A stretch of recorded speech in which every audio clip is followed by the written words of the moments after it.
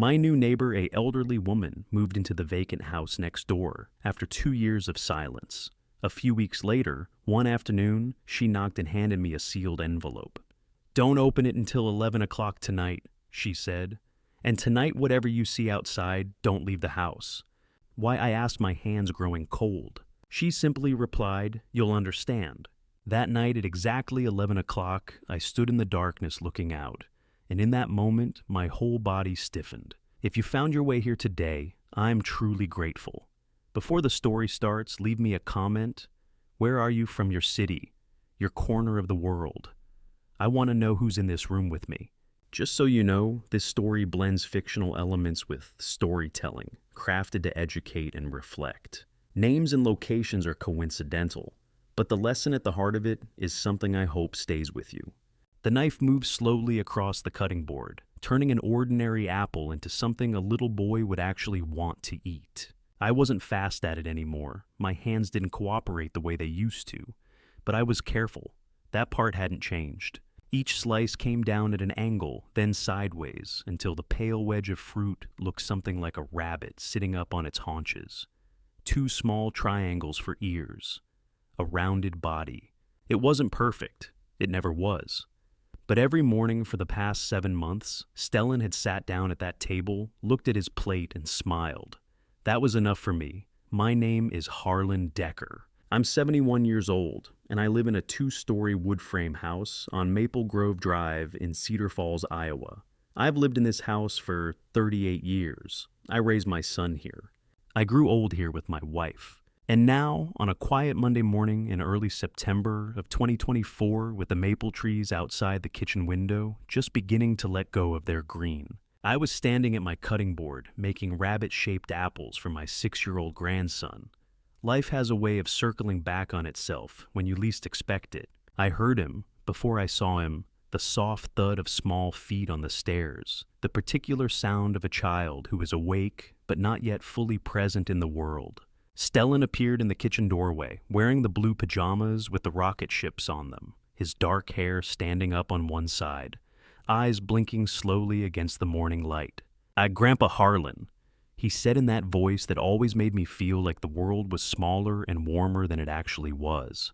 "Did you make the rabbits?" "I did," I said, setting his plate on the table. "2 of them today." He climbed into his chair and studied the apple slices with the gravity of a man inspecting important documents. Then he picked one up and took a bite. I poured his orange juice and turned back to the stove. Outside, a cardinal landed on the fence post at the edge of the yard, sat there for a moment, then was gone. Cedar Falls doesn't make much noise this early. That's one of the things I've always loved about it. There was a chair at the corner of the kitchen table that I hadn't moved in 8 months. Eleanor used to sit there every morning, right-hand side, diagonal from the window, so she could see both the backyard and the front street at the same time. She liked to know what was going on, she always said. I used to tease her about it. Every morning I still set a cup of tea at that chair, Earl Grey the way she took it. I didn't drink it. I didn't pour it out right away either. It just sat there while Stellin and I had breakfast, and I let myself believe just for a little while that the house wasn't as empty as it actually was. Eleanor passed in January.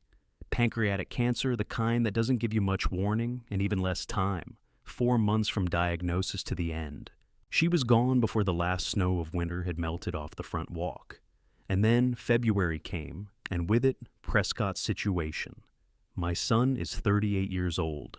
I will not spend a great deal of time explaining who Prescott is or what he had done, because the full shape of that story took me a long time to understand myself. What I will say is this: when the court contacted me in late February and asked whether I was willing to take temporary guardianship of Stellin while Prescott's case moved through the system, I said yes before the sentence was finished. Stellin was standing at my front door with a small blue suitcase, the one with the airplane on the zipper pull, and his eyes were red in the way that told me he had been crying recently, but had. Stopped because he was trying very hard to be brave. He looked up at me and said, "Hi, Grandpa Harlan," in a voice so small it nearly undid me. Yeah, I crouched down to his level and said, "This is your home now, Stellin, for as long as you need." That was 7 months ago. 7 months of rabbit-shaped apples and bedtime stories and Saturday morning cartoons, and learning together what it means to make a family out of the pieces that remain when everything else falls away. 7 months I would not trade for anything in the world. "Do you think Grandma can still see us?" Stellin asked, looking at Eleanor's empty chair. I looked at that chair, at the cooling cup of tea, at the morning light falling across the seat of it, almost like it was placed there on purpose. "I think she never stopped," I said. He picked up his fork and went back to his apple rabbit. And I went back to the stove, and the morning continued the way mornings do. That evening I sat on the front porch with a cup of coffee that had gone cold. Across the street, old Walter was walking his beagle. 2 doors down, the Harrigan kids had left their bikes on the lawn again. Everything exactly as it had been for 38 years, except for the house next door. Tonight there was light, a single lamp glowing behind the front window, faint and unfamiliar. Someone was moving in. The week moved the way early September weeks do in Cedar Falls, slow and golden, the kind of days that feel borrowed from summer, even as the trees begin letting go. Stellin started first grade that Monday. I walked him to the end of the driveway, watched the school bus take him away, and stood there longer than I needed to. Old habits from raising Prescott, I supposed. Some things don't change no matter how many years pass. It was Saturday morning when my son called. "Hey, Dad." His voice on the phone was easy, unhurried. "I'm thinking about swinging by today if that works. Bring Stellin something. Maybe stay for lunch." I looked out the kitchen window. Stellin was in the backyard, crouched over something in the grass, an insect probably, or a pebble that had caught his eye. 6-year-olds find the world endlessly interesting in ways the rest of us have mostly forgotten. "Sure," I said. "Come on by." I set the phone down on the counter and stood there for a moment. There was something I always felt when Prescott called, not dread exactly, and not quite relief. Something in between that I'd never found the right word for. He was my son. I loved him the way you love something you made and raised and poured yourself into. But loving a person and understanding them are 2 different things. And with Prescott, I had spent the better part of his adult life trying to close the distance between those 2. He arrived just after 11. I heard the car in the driveway before I saw it, that late-model sedan. He drove black and always cleaned the kind of car that announces a certain kind of ambition. He came through the front door with a wide smile and a paper shopping bag folded over at the top, the kind they tie with ribbon at the nicer stores downtown. "Dad." He shook my hand, then pulled me into a quick embrace. He smelled like cologne, something expensive applied lightly. "You look good. You sleeping okay?" "Well enough," I said. He set the bag on the kitchen counter and pulled out a box wrapped in dark green paper. Inside was a glass bottle, heavy and clean-lined, with a label I didn't recognize. Premium Daily Supplements, it read, in the kind of font that was designed to make you feel you were buying something serious. 8 months of taking care of a 6-year-old at 71, Prescott said, and his voice carried the warmth of a man genuinely concerned. "You need to be taking care of yourself too, Dad." Eleanor would have said the same thing. He set the bottle on the kitchen counter next to the fruit bowl, like it belonged there. 1 in the morning, 1 at night, that's all. I picked it up and turned it over in my hands. The glass was smooth and cool. I thought about Eleanor, about how she used to line up my blood pressure medication on the windowsill so I wouldn't forget, and how after she was gone, I'd had to start writing myself notes. It was a kind thing for Prescott to do. I told myself that. "Thank you," I said. "That was thoughtful." He nodded once, already looking toward the backyard. "Is he out there?" Stellin had heard the car. He came in through the back screen door at a run sneakers, squeaking on the linoleum, and launched himself at his father with the automatic energy of a child who is young enough that affection is still mostly physical. Prescott caught him, lifted him, held him up in the air the way kids love. Stellin laughed. But when Prescott set him back down and crouched to look at him, Stellin's eyes went somewhere else, to the floor, to the window, anywhere but straight ahead. It lasted only a second. The kind of thing you notice and then almost immediately convince yourself you imagined. After lunch, the 2 of them went out to the backyard. I watched from the kitchen window while I washed dishes. Prescott had found Stellin's soccer ball in the garage, and they were kicking it back and forth across the yellowing grass. Prescott was laughing, calling out encouragement, in the loud performative way of a man who wants to be seen being a good father. And Stellin was smiling, running after the ball, doing what children do, participating, being present, going through the motions of the moment. But he didn't grab his father's hand, didn't ask to be lifted again, didn't lean in. I told myself I was reading too much into things. Before he left, Prescott stood in the front hallway and took a moment to ask about the guardianship timeline. His tone was casual, almost indifferent, the way people sound when they want you to believe something doesn't matter to them. He asked how long the temporary arrangement was expected to go on, whether I'd spoken to any attorneys, whether the court had given me any indication of the next hearing date. I answered honestly.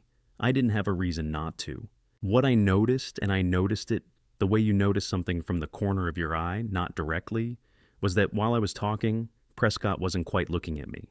He was listening carefully, but his eyes were moving in small degrees, taking inventory of something I couldn't name. Then he turned to Stellin, who was standing near the stairs with his shoes back on, ready to wave goodbye. Prescott pulled the boy close and held him for longer than usual. He bent his head and said something quietly into Stellin's ear.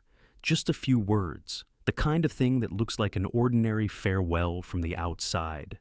Stellin went very still for a moment. Then he nodded once, small and deliberate. "What did Dad say, buddy?" I asked after the car had backed out of the driveway and the sound of the engine had faded down the street.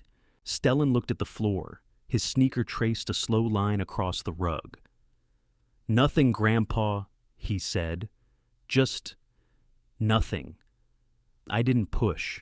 He was 6 and kids carry things sometimes, and I told myself it was nothing. I told myself that several times. That night, I shook 2 capsules from the new bottle into my palm, the way Prescott had shown me, and swallowed them with a glass of water before bed. I set the bottle on the nightstand and turned off the lamp.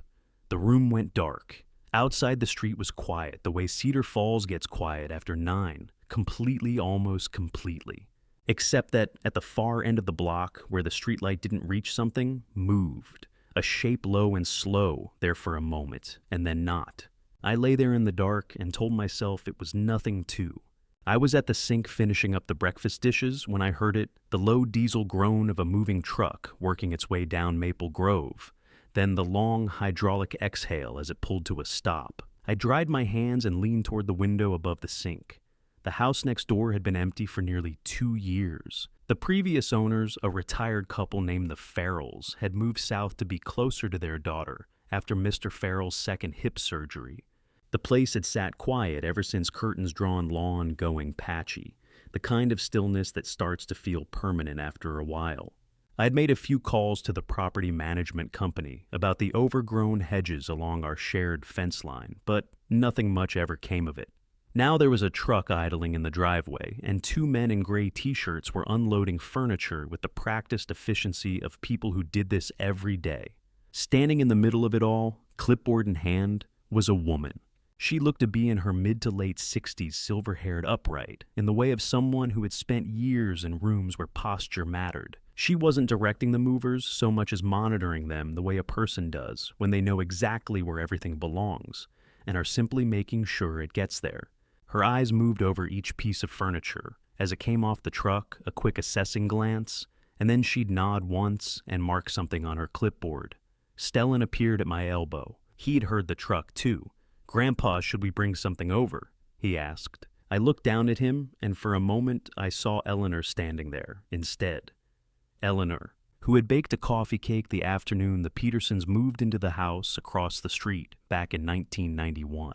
Who had believed firmly that new neighbors deserved a warm welcome and a reason to feel like they'd landed somewhere worth staying. "Yeah," I said, "I think we should." I put an apple pie together from scratch, the same recipe Eleanor had used, the one she kept written, on a card tucked inside the cover of her old joy of cooking. Stellin sat at the kitchen table and watched me work, asking questions the way 6-year-olds do, each one following the last without pause. Why do you put lemon juice in? Why does the crust have to be cold? Why does it smell different when it's cooking than when it's done? I answered everyone. That's what mornings were for. The pie came out even golden crusted, smelling like every good autumn I could remember. I wrapped it in a dish towel and walked next door with Stellin at my side, his hand in mine. The woman answered the door before I knocked. She must have seen us coming up the front walk. Up close, her face was precise and composed, the kind of face that had learned over a long time not to give away more than it intended to. But her eyes were different, sharp in a way that was hard to describe, like they were doing two things at once, taking in what was in front of them, and simultaneously filing it away somewhere for later. "Hello," I said. "I'm Harlan Decker from next door. This is my grandson Stellin. We wanted to welcome you to the neighborhood." She looked at the pie for a half-second before she took it. Then she smiled, and the precision in her face softened just slightly. "Cordelia Marsh," she said. "Thank you, Mr. Decker. That's very kind." She invited us in. The front room was still half-furnished, boxes stacked along one wall, but she'd already arranged a sitting area near the front window, 2 chairs, a small table. A floor lamp lit against the gray morning. A row of potted chrysanthemums sat on the porch steps outside, deep orange and rust-colored, the only things that looked fully settled. We sat and she poured coffee she'd already made. She asked about the neighborhood, about Cedar Falls, and then, in the natural way, conversations drift about Stellin and me. I found myself answering more than I had planned to, which was unusual for me. She had a way of asking questions that felt like ordinary conversation, but covered a great deal of ground. At some point I asked where she'd come from. "Des Moines most recently," she said. "But I grew up here actually, on Birchwood 3 blocks east. I've been meaning to come back for years, retire somewhere that feels like home." She paused and something shifted briefly behind her eyes, too quick to read. The timing just worked out. I nodded. I didn't ask what she meant by that. When Stellin and I got home, I put him down for his afternoon nap and settled into the armchair with the newspaper I hadn't gotten around to reading all week. Outside, the light had gone soft and yellow, the way it does in Iowa in late September. I must have dozed off. I woke to silence and then to the sound of Stellin coming down the stairs. His footsteps were slower than usual. His face was pale, not sick pale, but the particular pallor of a child who has woken from something he doesn't want to have seen. He sat on the edge of the sofa and pulled a throw pillow into his lap. "You okay, bud?" I asked. He nodded, but he was looking at the floor. "Grandpa," he said finally, "I have a secret." I kept my voice easy. "What kind of secret?" He shook his head slowly. "I can't tell. Dad said if I tell something bad will happen." I reached over and put my hand over his, gently, no pressure. He didn't pull away. I sat with him until he asked if we could watch a movie, and we did, and by dinner time he seemed more himself. But I wasn't. I sat in the dark living room long after Stellin had gone to bed. I wasn't ready to call what I was feeling alarm, not yet. Kids carry things. Kids repeat things. It didn't have to mean what it felt like it meant. And then I saw the figure at the end of the block. Same end of the street as before. Same absence of light. This time, he wasn't moving. He was standing still facing the house. And he stood there long enough that I stopped telling myself I was imagining things. The first night I told myself it was just a dream. The second night I sat up in bed and listened until the sound faded, then convinced myself the same thing. The third night I was already awake before Stellin made a sound. I don't know how to explain that. Maybe old men develop a kind of radar after enough years of loss, a low, quiet frequency that hums in your chest when something nearby is wrong. I lay in the dark with my eyes open, staring at the ceiling, and I just knew. Before his door creaked, before that small, muffled sound drifted down the hallway and found me in the dark, I was out of bed before I had time to think about it. The hallway between our rooms isn't long, maybe 12 steps. But those 12 steps at 2 in the morning, when the house is completely still and your 6-year-old grandson is crying behind a half-closed door, feel like the longest walk you've ever taken. I stopped just outside, put my hand on the doorframe, listened. It wasn't a nightmare kind of crying. It wasn't loud or panicked. It was the kind of crying a child does when they've been doing it for a while, quiet and exhausted, like they already know crying won't fix anything. That sound hit me somewhere behind the sternum and didn't let go. I pushed the door open slowly. The star-shaped nightlight on his dresser cast the room in pale gold. His teddy bear, a fat brown thing he had named Captain, for reasons he never explained, was wedged under his arm, and Stellin had his face turned toward the wall, shoulders hitching in small, tired shudders. I crossed the room and sat on the edge of the mattress. Didn't say anything at first, just put my hand on his back and kept it there. After a minute, the shuddering slowed. "Hey," I said.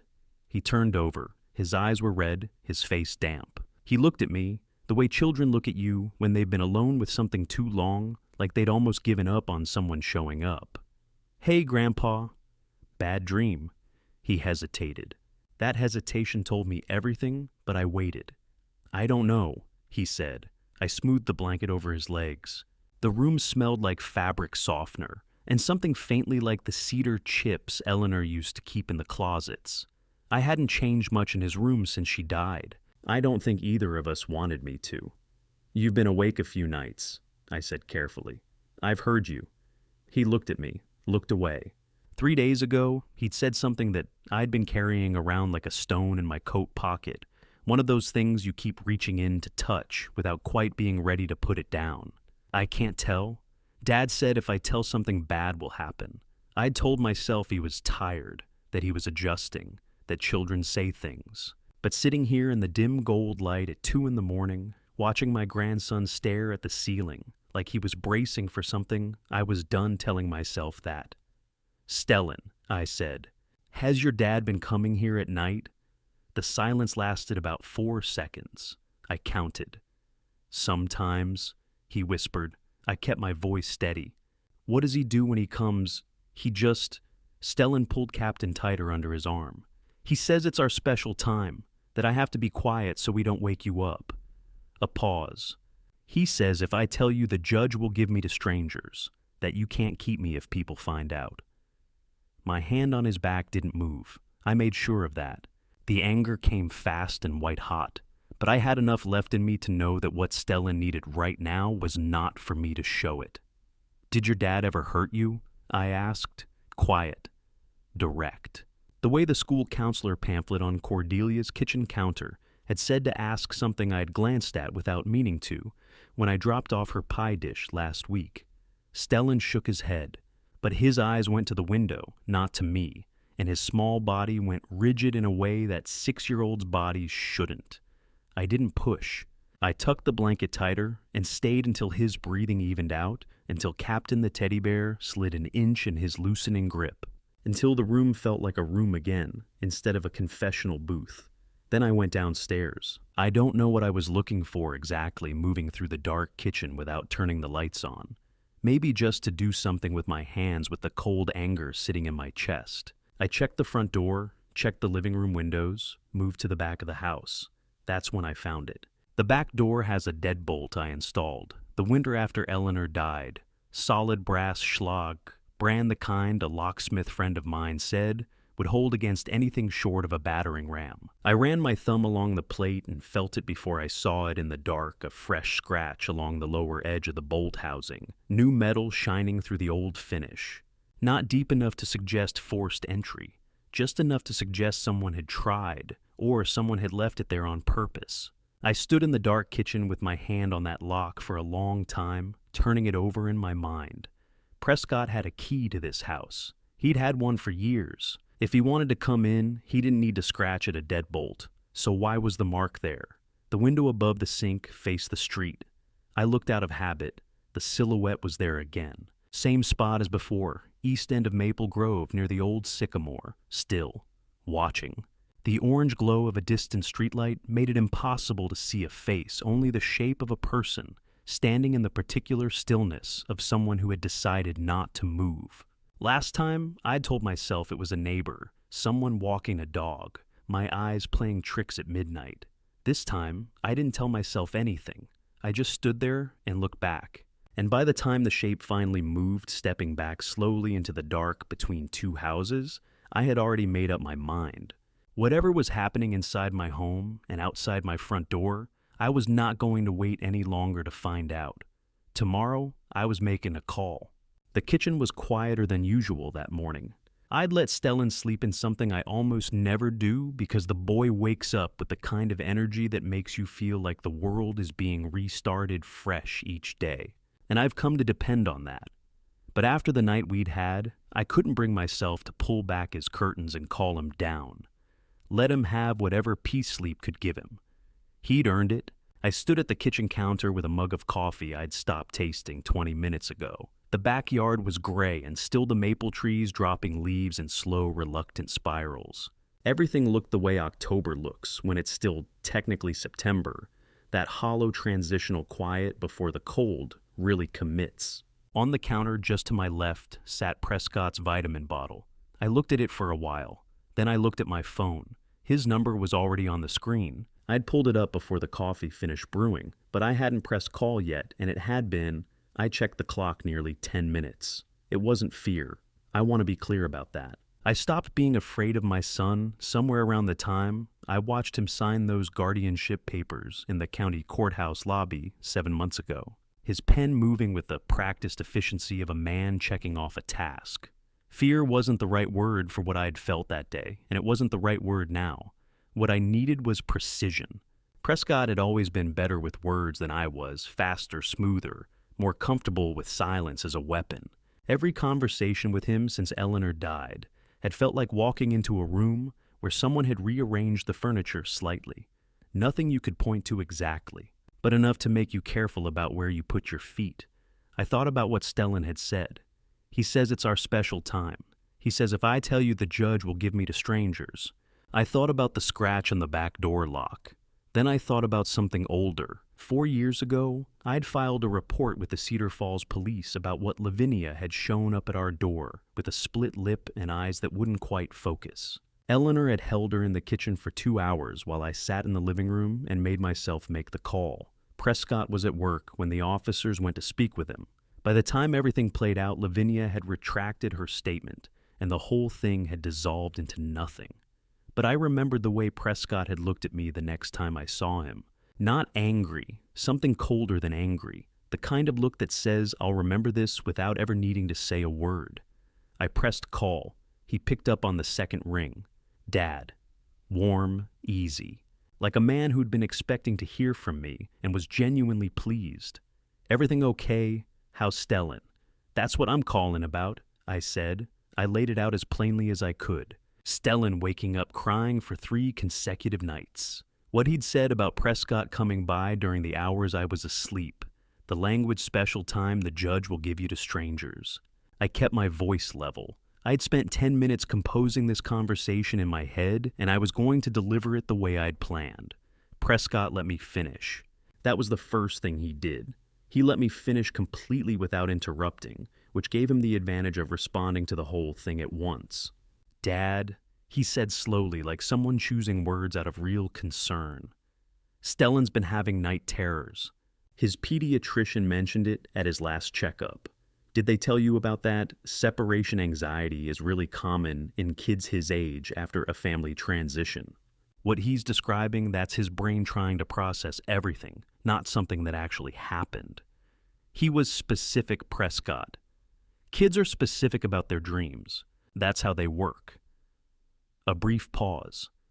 And Dad, I have to tell you something because I'm worried, and I don't want to say this the wrong way. His voice shifted lower, gentler, with just enough hesitation to sound reluctant. Stellin mentioned to me last week that you've been forgetting things. He didn't know the words for it. He just said sometimes you seem confused. I didn't say anything. I didn't want to bring it up, Prescott continued, because I know how independent you are, and I respect that. But you left the stove burner on twice last week, Stellin told me, and I'm not saying that to upset you. I'm saying it because I love you, and I need you to be okay. Are you taking those vitamins I brought?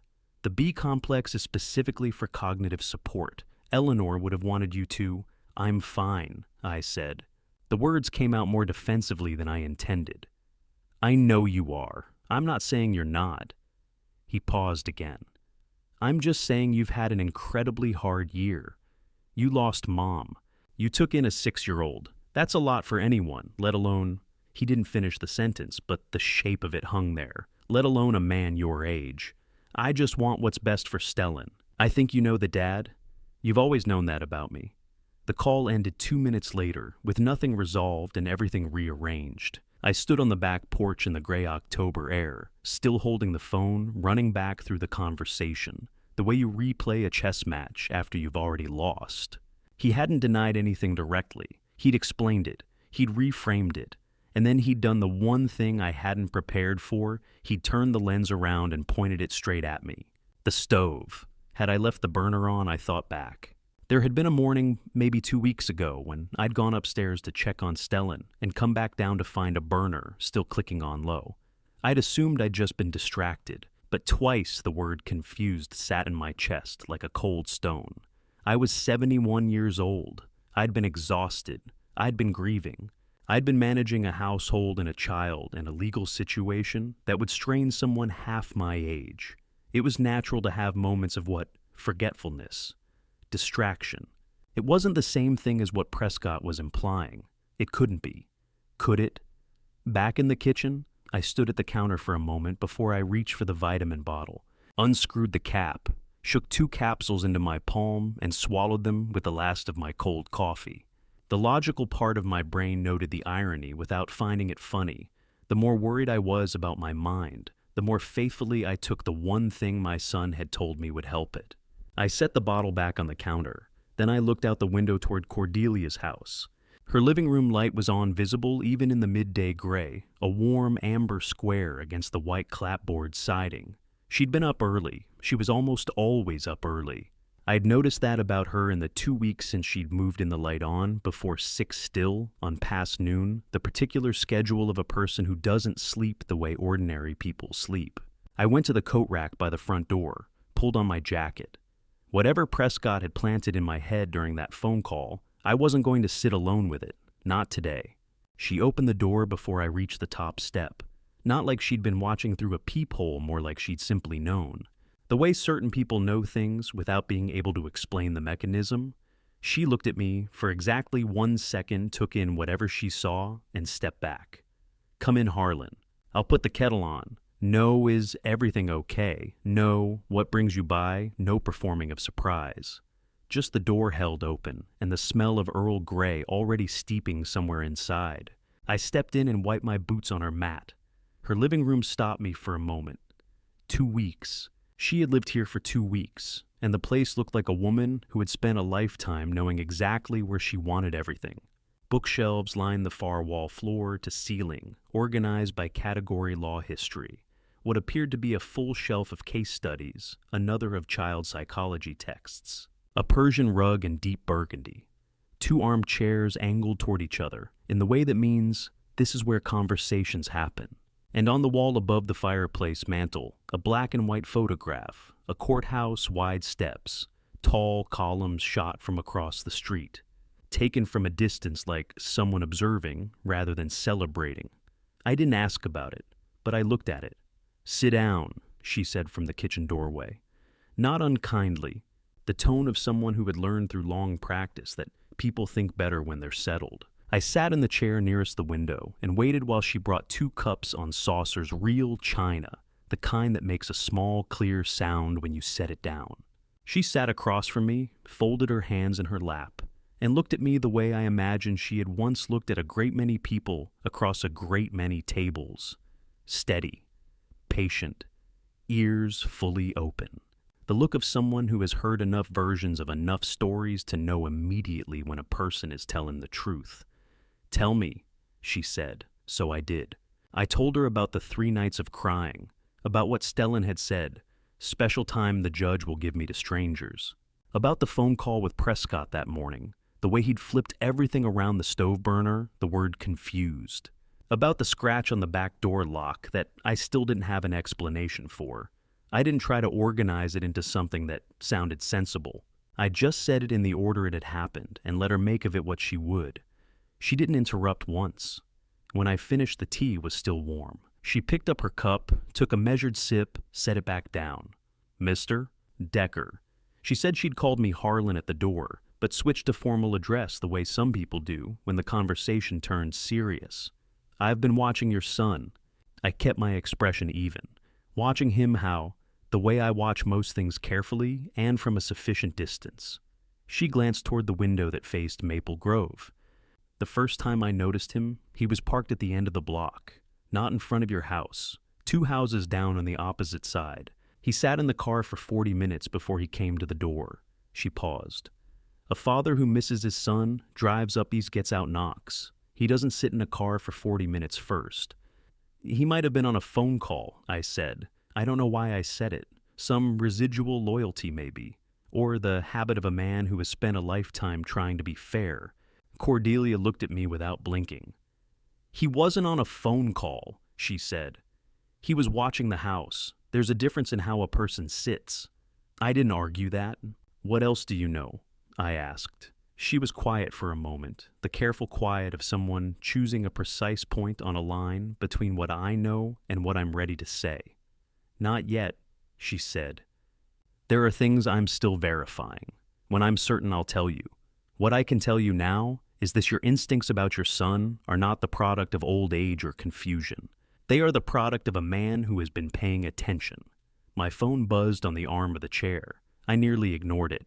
Then something made me look. The particular combination of an unfamiliar number and the subject line visible in the notification preview. R.E. Guardianship Petition, Decker Matter Whitfield and Associates Law. I opened it. The email was 3 paragraphs, legal language formatted and cold. It informed me that Prescott Allen Decker had filed a petition with the Black Hawk County District Court seeking full legal guardianship of Stellin Decker, age 6. On the grounds that the current temporary guardian that was me demonstrated diminished physical and cognitive capacity, inconsistent with the demands of primary caregiving, as evidenced by documented incidents and corroborating witness accounts. A hearing had been scheduled for 6 weeks from the filing date. 6 weeks. I read the paragraph twice. Then I put the phone face down on my knee and sat very still. He's taking Stellin, I said. My voice came out quieter than I intended. He filed a petition. He's saying, I'm not that I can't. I stopped. My hands weren't steady. I noticed that and made myself put them flat on my thighs. Cordelia set her teacup down. She didn't rush to speak, didn't offer me the kind of hollow reassurance that makes a person feel more alone, not less. Only if we let him, she said. It wasn't a platitude. The way she said it, deliberate, grounded. With the weight of a woman who has seen how these situations actually unfold, it sounded like a plan. Later that afternoon, she came over with a small cardboard box of equipment. 2 cameras for the front and back exterior, 1 for the living room, and a compact wide-angle unit for the kitchen. She walked me through the placement without making me feel like I didn't know my own house. When we got to the kitchen camera, she mounted it on the upper cabinet bracket I'd installed for Eleanor's old under-cabinet radio, angled slightly downward. Then she paused. Her eyes moved to the vitamin bottle sitting on the counter by the coffee maker where I had left it that morning. She adjusted the camera angle just slightly, maybe 10 degrees, until the frame covered the full length of the counter from the sink to the far wall. Good coverage, she said mostly to herself, and moved on to the next room. I didn't think anything of it at the time. The walk back across the yard to my front door took about 30 seconds. I was almost to the porch steps when something made me glance toward the end of the street. A car I didn't recognize was parked under the last maple before the intersection. Dark-colored newer model windows tinted past the point where you could see anything inside. Cedar Falls is a quiet neighborhood. People here park in driveways, not on the street in the late afternoon, under trees where the light doesn't reach well. I stopped walking. The car didn't move. No engine running that I could hear. No one getting out, just sitting there positioned with a clean line of sight to my front door. Someone was in that car. I was certain of it. And whoever it was had been there long enough to choose that spot deliberately. I'd dropped Stellin off at Hoover Elementary at 7:52 and drove to the Cedar Falls Police Department on Clay Street without going home first. The drive took 11 minutes. I spent most of it rehearsing not the facts, I had those straight, but the order, how to present it so it didn't sound like a confused old man cataloging grievances, how to make it land.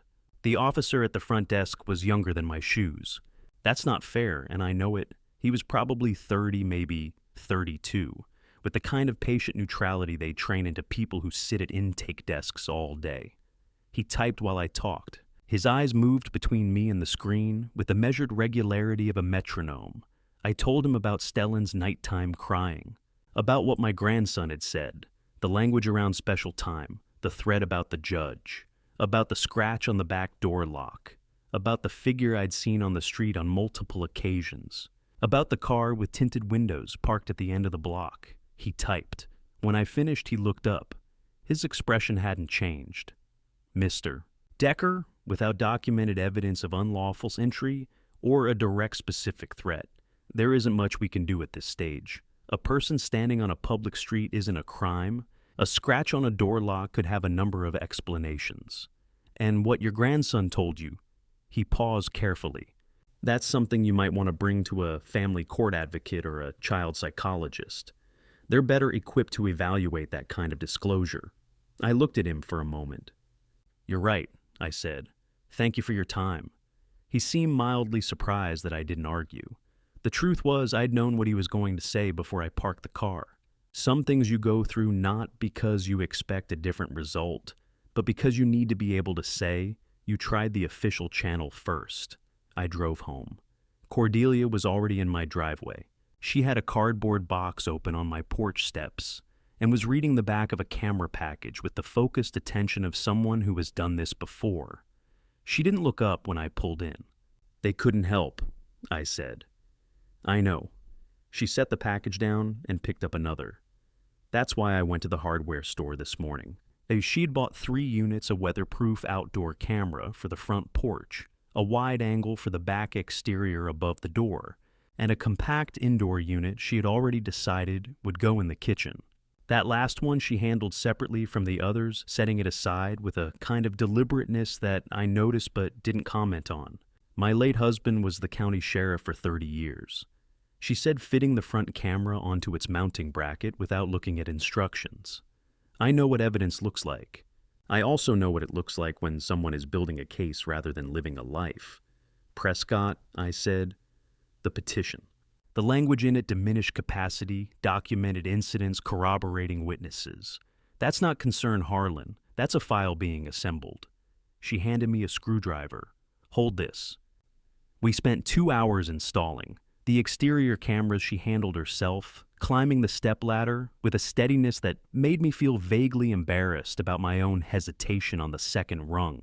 The kitchen unit she mounted on the bracket above the counter, the same position she'd used the day before, angled to cover the full length of the countertop from the coffee maker to the sink. She checked the feed on her phone, adjusted 2 degrees, checked again. That covers the entry point and the counter, she said, satisfied. I looked at the vitamin bottle sitting next to the coffee maker, back in its usual spot where I'd put it that morning without thinking. The camera's field of view took in the whole counter. I didn't say anything about that. By mid-afternoon, the system was live feeding to both our phones and a small monitor I set up on the kitchen table. Stellin came home at 3:15 and wanted to know if we were making a spy movie. Cordelia told him we were making the house safer, which he accepted with the practical satisfaction of a 6-year-old who has been told a thing that makes sense. After dinner, after Stellin was in bed, I sat at the kitchen table with a cup of tea. I wasn't really drinking, and a small spiral notebook I'd found in Eleanor's old office drawer. I opened it to the first page and started writing. The symptoms I'd been attributing to grief, to age, to a hard year, the occasional difficulty tracking a conversation mid-sentence. The way certain words slipped sideways, sometimes just out of reach before returning. The morning 2 weeks ago, or was it 3 when I'd stood in the upstairs hallway and couldn't immediately remember why I'd come up? Small things. The kind of things every 71-year-old man notices and files under getting older. But I was a man who believed in writing things down, so I wrote them down. Dates where I could remember them. Approximate timelines. I got to February and stopped. February was when the court finalized Stellin's placement with me. February was also, I sat with this for a moment when Prescott had first appeared at the door with that bottle, smiling. Dad, you need to take care of yourself. The vitamins had become part of my routine so naturally that I'd stopped thinking of them as something he'd given me. They were just part of the morning, 2 capsules with coffee. Every day since February, 8 months. I set my pen down, looked at the bottle on the counter. I'm not a man who jumps to conclusions.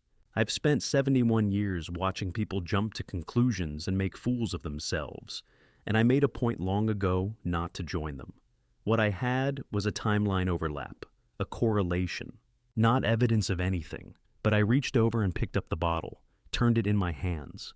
Premium label, professional, design, the kind of thing that costs $40 at a health food store and signals that someone spent real money to appear caring. I opened the cabinet drawer to the left of the sink, the one where Eleanor used to keep extra dish towels, and I put the bottle in it, closed the drawer, not because I knew anything, because I wanted to pay attention to what happened next. I went to bed at 10. At some point before 11, I was nearly asleep. When my phone buzzed on the nightstand, the camera app motion detected back exterior. I sat up and opened the feed. The timestamp read 11:04 p.m. The rear camera showed the alley behind my house in pale gray night vision clarity. And there, moving along the fence line with a deliberateness that had nothing accidental about it, was a figure in dark clothing, not running, not hiding exactly. Moving in a pattern along the back fence, pause, scan. Continue along the side of the house, pause again, methodical. The route of someone who had walked it before and was confirming what they already knew. I watched until the figure moved out of frame at the west side of the property. Then I watched the front camera. 40 seconds later, the same figure appeared at the edge of the street view, pausing at the corner of the lot facing the house. Whoever this was, they weren't passing through. They were working. A week went by. Every night the camera picked up the figure. Sometimes the back fence, sometimes the front walk just past the property line, standing at the edge of the streetlight's reach. Always between 10:30 and midnight. Always the same dark clothing, the same deliberate pace that I'd started to recognize the way you recognize a person's gait, not by their face, but by the particular rhythm of how they move through space. I'd watched the footage so many times, I could have described the route from memory. Along the back fence, east to west. Pause at the corner of the lot. Move to the front, just past the sycamore. Pause again. Face the house. Then withdraw slow and unhurried back into the dark between properties. Methodical, patient. Whoever it was, they weren't afraid of being seen. That was the thing that stayed with me through the daylight hours at the grocery store, dropping Stellin at school, eating breakfast across from Eleanor's empty chair. They weren't hiding. They were watching. The difference matters. Wednesday afternoon, I was in the kitchen cleaning up the lunch dishes when the knock came. Short, even deliberate, the knock of someone who expects the door to open. Cordelia stood on the porch. She was wearing her gray wool coat, the one I'd started to think of as her official version of herself. In her right hand, she held a white envelope, letter size sealed, no name on the front. She held it out to me. I took it. "What is tonight?" she said, and turned. "Cordelia." I stepped out onto the porch. "At least tell me..." She paused at the bottom of the steps without looking back. "Tonight you'll understand, Harlan." Then she walked across the yard to her front door, went inside, and that was that. I stood on my porch for a moment, holding the envelope. It had some weight to it, not the weight of multiple pages, but the density of cardstock, something deliberate. I went inside and set it on the kitchen table, and didn't open it for 20 minutes. Not for any particular reason. I just wanted to sit with it first. Eleanor used to say I approached everything that mattered to me slowly, like a man who didn't trust that good things would hold still. She wasn't wrong about that. When I opened it, I found a single sheet of cream-colored paper, folded in thirds. Cordelia's handwriting, small, angular, the cursive of a woman who learned penmanship before anyone questioned whether it was worth learning. "Tonight, turn off the living room lights. Stand behind the front curtain at 11 p.m. Put Stellin to bed before 9. Do not go outside, regardless of what you see. Do not turn on any lights after 10 p.m. Wait. No signature. Just those 5 sentences and a small line at the bottom. Trust the process, not the impulse." I read it 3 times. Then I folded it back along its original creases and slipped it into the inside pocket of my cardigan.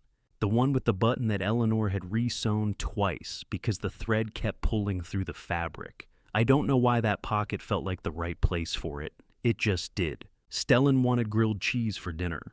So that's what we had, 2 sandwiches on sourdough, cut diagonally, because he'd decided at some point that diagonals tasted better than squares, and I had never found a compelling argument against the theory. We ate at the kitchen table with the small lamp on and the evening news turned low in the background, and I let him talk about his day with the full attention that children require when they've stored up something and finally have an audience for it. His teacher had apparently said his drawing of a horse looked more like a table with hair which he found deeply unjust. I told him Eleanor used to say the same thing about my attempts at drawing dogs, and he laughed. And for a little while, the house felt like a house again. By 8:30, he was yawning. I took him up, sat on the edge of his bed, and told him 2 chapters of the book we'd been working through. A story about a lighthouse keeper and a boy who collected unusual rocks. He was asleep before the 2nd chapter ended, Captain the teddy bear wedged under one arm, his breathing slow and settled. I sat there a little longer than I needed to. Sometimes I do that. I sit in his room and watch him sleep the way I used to watch the fields behind my father's house when I was young, not looking for anything, just needing to know that something in the world was still peacefully itself. I went back downstairs at 9:15. The next 45 minutes I spent in the kitchen reading nothing, holding a cup of tea I had made out of habit. At 10 o'clock, I turned off the kitchen light, then the hallway, then the living room. The house went dark. I stood still for a moment while my eyes adjusted. Cedar Falls is quiet enough that the dark is actual dark, not the sodium orange half-dark of larger cities. Then I moved to the front window and positioned myself behind the curtain. The fabric was heavy linen, the kind that blocks light coming in, but lets you see out if you're close enough. I stood with one hand on the curtain's edge and looked out at Maple Grove. The street was empty. The sycamore at the end of the lot stood in its pool of indirect light from the intersection lamp a half-block away. A neighbor's porch light 3 houses down. The faint glint of a car windshield somewhere past the property line. Nothing moved. I'm not sure how long I stood there before my mind started to go sideways. That's what happens when you put a 71-year-old man alone in a dark room with nothing to do but wait. The thoughts come in on their own schedule. I thought about Eleanor. The last winter when she'd started waking up before 4 and sitting at the kitchen table with the lights off, and when I'd come down to find her, she'd say she was just thinking. I never asked what about. I wish now that I had asked. You always wish that afterward. Then I thought about Stellin upstairs, the weight of him asleep in that house. The particular responsibility of being the thing standing between a 6-year-old and whatever was organizing itself in the dark outside my window. There was no version of this situation where I walked away. He was Eleanor's grandson. He was mine. Whatever was coming at us, it was going to have to come through me first. The clock on the mantel read 10:58, 11 o'clock. At the far end of Maple Grove, where the street bent slightly before the intersection, something shifted. A separation of darkness from darkness. A shape that hadn't been there a moment ago, stepping out from the space between 2 parked cars, moving, coming this way, slow, deliberate, toward my house. He stepped into the streetlight and I stopped breathing. Not from fear, or not only from fear. It was the specific shock of something you've been watching in fragments finally resolving into a whole. For a week I'd seen shapes and shadows movement at the edge of camera range, the outline of a figure I couldn't place.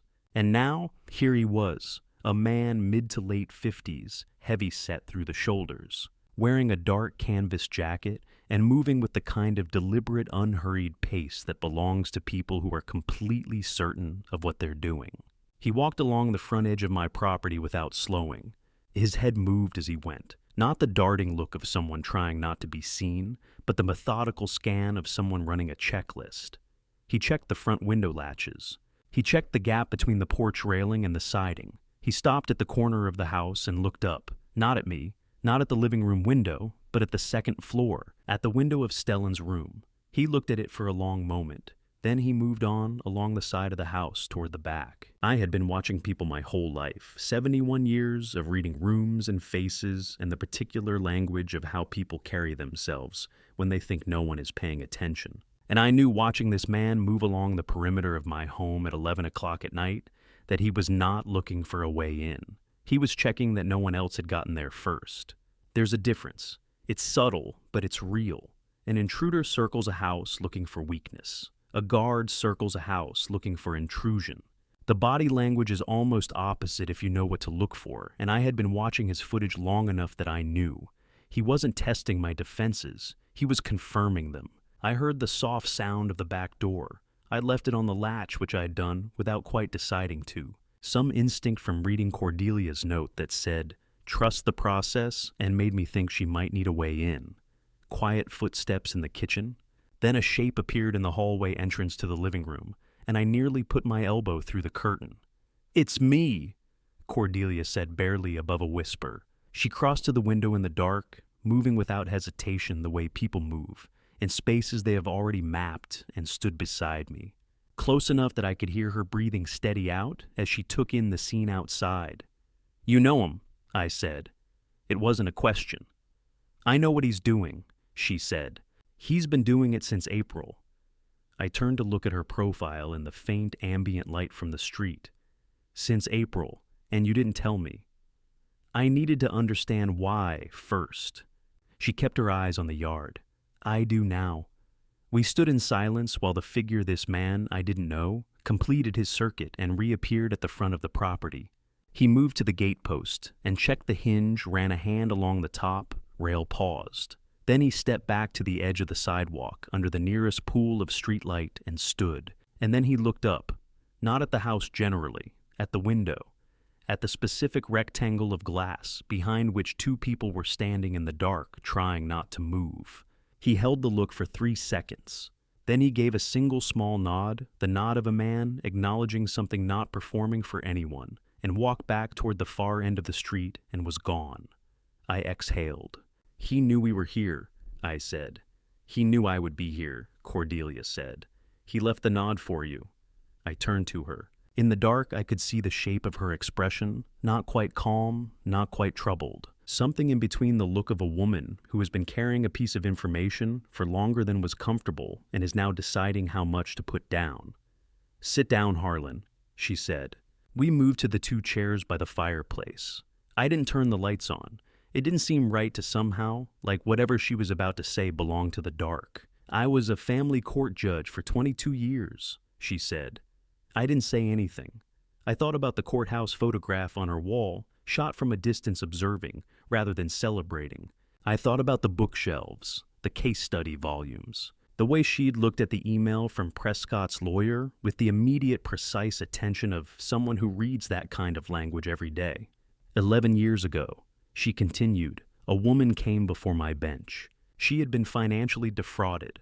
Her life savings, just under $40,000, moved through a series of small business transactions over 18 months until there was nothing left. A pause. The man who did it was named Prescott Decker. The name landed in the room like a stone dropped in still water. He walked, I said. Insufficient evidence. The transactions were structured to look like voluntary investments. She had signed documents she didn't fully understand what she was signing, but she'd signed them. Cordelia's voice was even, but underneath it I heard something that had been waiting 11 years for a proper place to land. He walked and I sat on that bench and watched him walk, and I have not forgotten his name since. So when you moved here, when I saw the address and the name on the county property record, she looked at me steadily. I packed my boxes that same weekend, Harlan. I sat with that for a long moment. The shape of what she'd done, the deliberateness of it, the patience was almost more than I could organize into a single thought. "The man outside," I said finally. "Who is he?" "His name is Cormack Ellery," she said. "And I think you need to ask him that question yourself." The room was quiet. Outside, Maple Grove had gone back to its ordinary nighttime stillness, the sycamore, the streetlight, the dark between houses. No movement, no figure on the sidewalk. "I need to talk to him," I said. Cordelia nodded once. "Yes," she said. "You do.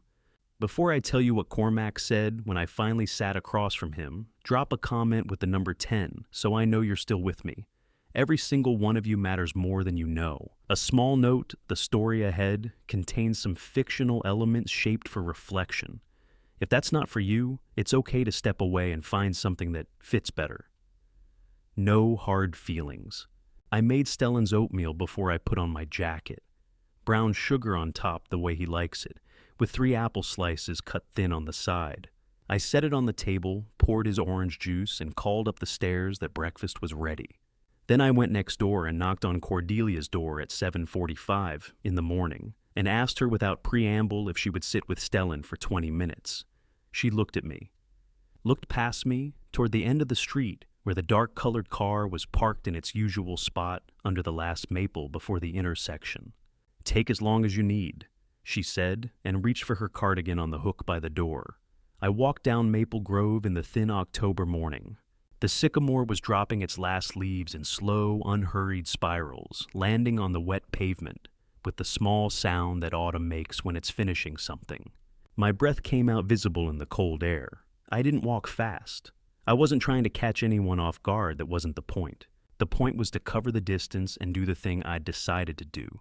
The car was a dark gray Ford, a few years old, clean but not polished, Iowa plates. As I got close enough to see through the windshield, I could make out the shape of a man sitting in the driver's seat, both hands visible on the wheel, watching me approach in the side mirror. He didn't start the engine. I came around to the driver's side and knocked on the glass with 2 knuckles. The window came down. Up close, Cormack Ellery was about what the footage had suggested. Late 50s built solidly, a face that had weathered enough years that it had settled into something permanent and hard to read. Dark eyes that looked at me without blinking, without performing anything. Not hostile, not warm. Simply present the way a man is present when he's been expecting a moment and has had time to prepare for it. "You're Harlan Decker," he said. "You know who I am?" "I do." He held my gaze. "My name is Cormack Ellery, and I think we should talk somewhere private, Mr. Decker." He glanced toward my house, toward the window, where Cordelia's silhouette was just visible watching. "Somewhere that isn't here." We walked to Java Brewing on Main Street, which was 4 blocks and took 8 minutes, and passed in almost complete silence. Not the silence of 2 men who have nothing to say, but the silence of 2 men who have decided without discussing it that whatever needed to be said should wait for a table and a door between them and the street. The morning crowd was like 2 students at the bar with laptops, a woman in scrubs waiting for a to-go order, the low familiar smell of ground coffee and something baking in the back. The barista called out a name I didn't catch. I found the corner table by the far window, and we sat down, and when the server came, I ordered 2 coffees because it gave my hands something to do. Cormack Ellery sat across from me, with both hands flat on the table. It was a deliberate posture. I recognized it as such. The body language of a man who understands that the first thing he needs to do is not appear threatening. He'd thought about how this conversation would go. He'd thought about it before I knocked on his window. "Start talking," I said. "I've been watching your house since April," he said. "Straight opening, no softening. 3 nights a week, sometimes 4. Your back perimeter, your front approach, the side gate. I've been following Prescott Decker's movements when he comes to Cedar Falls. I know the car he drives, and the route he takes, and how long he usually stays." He paused.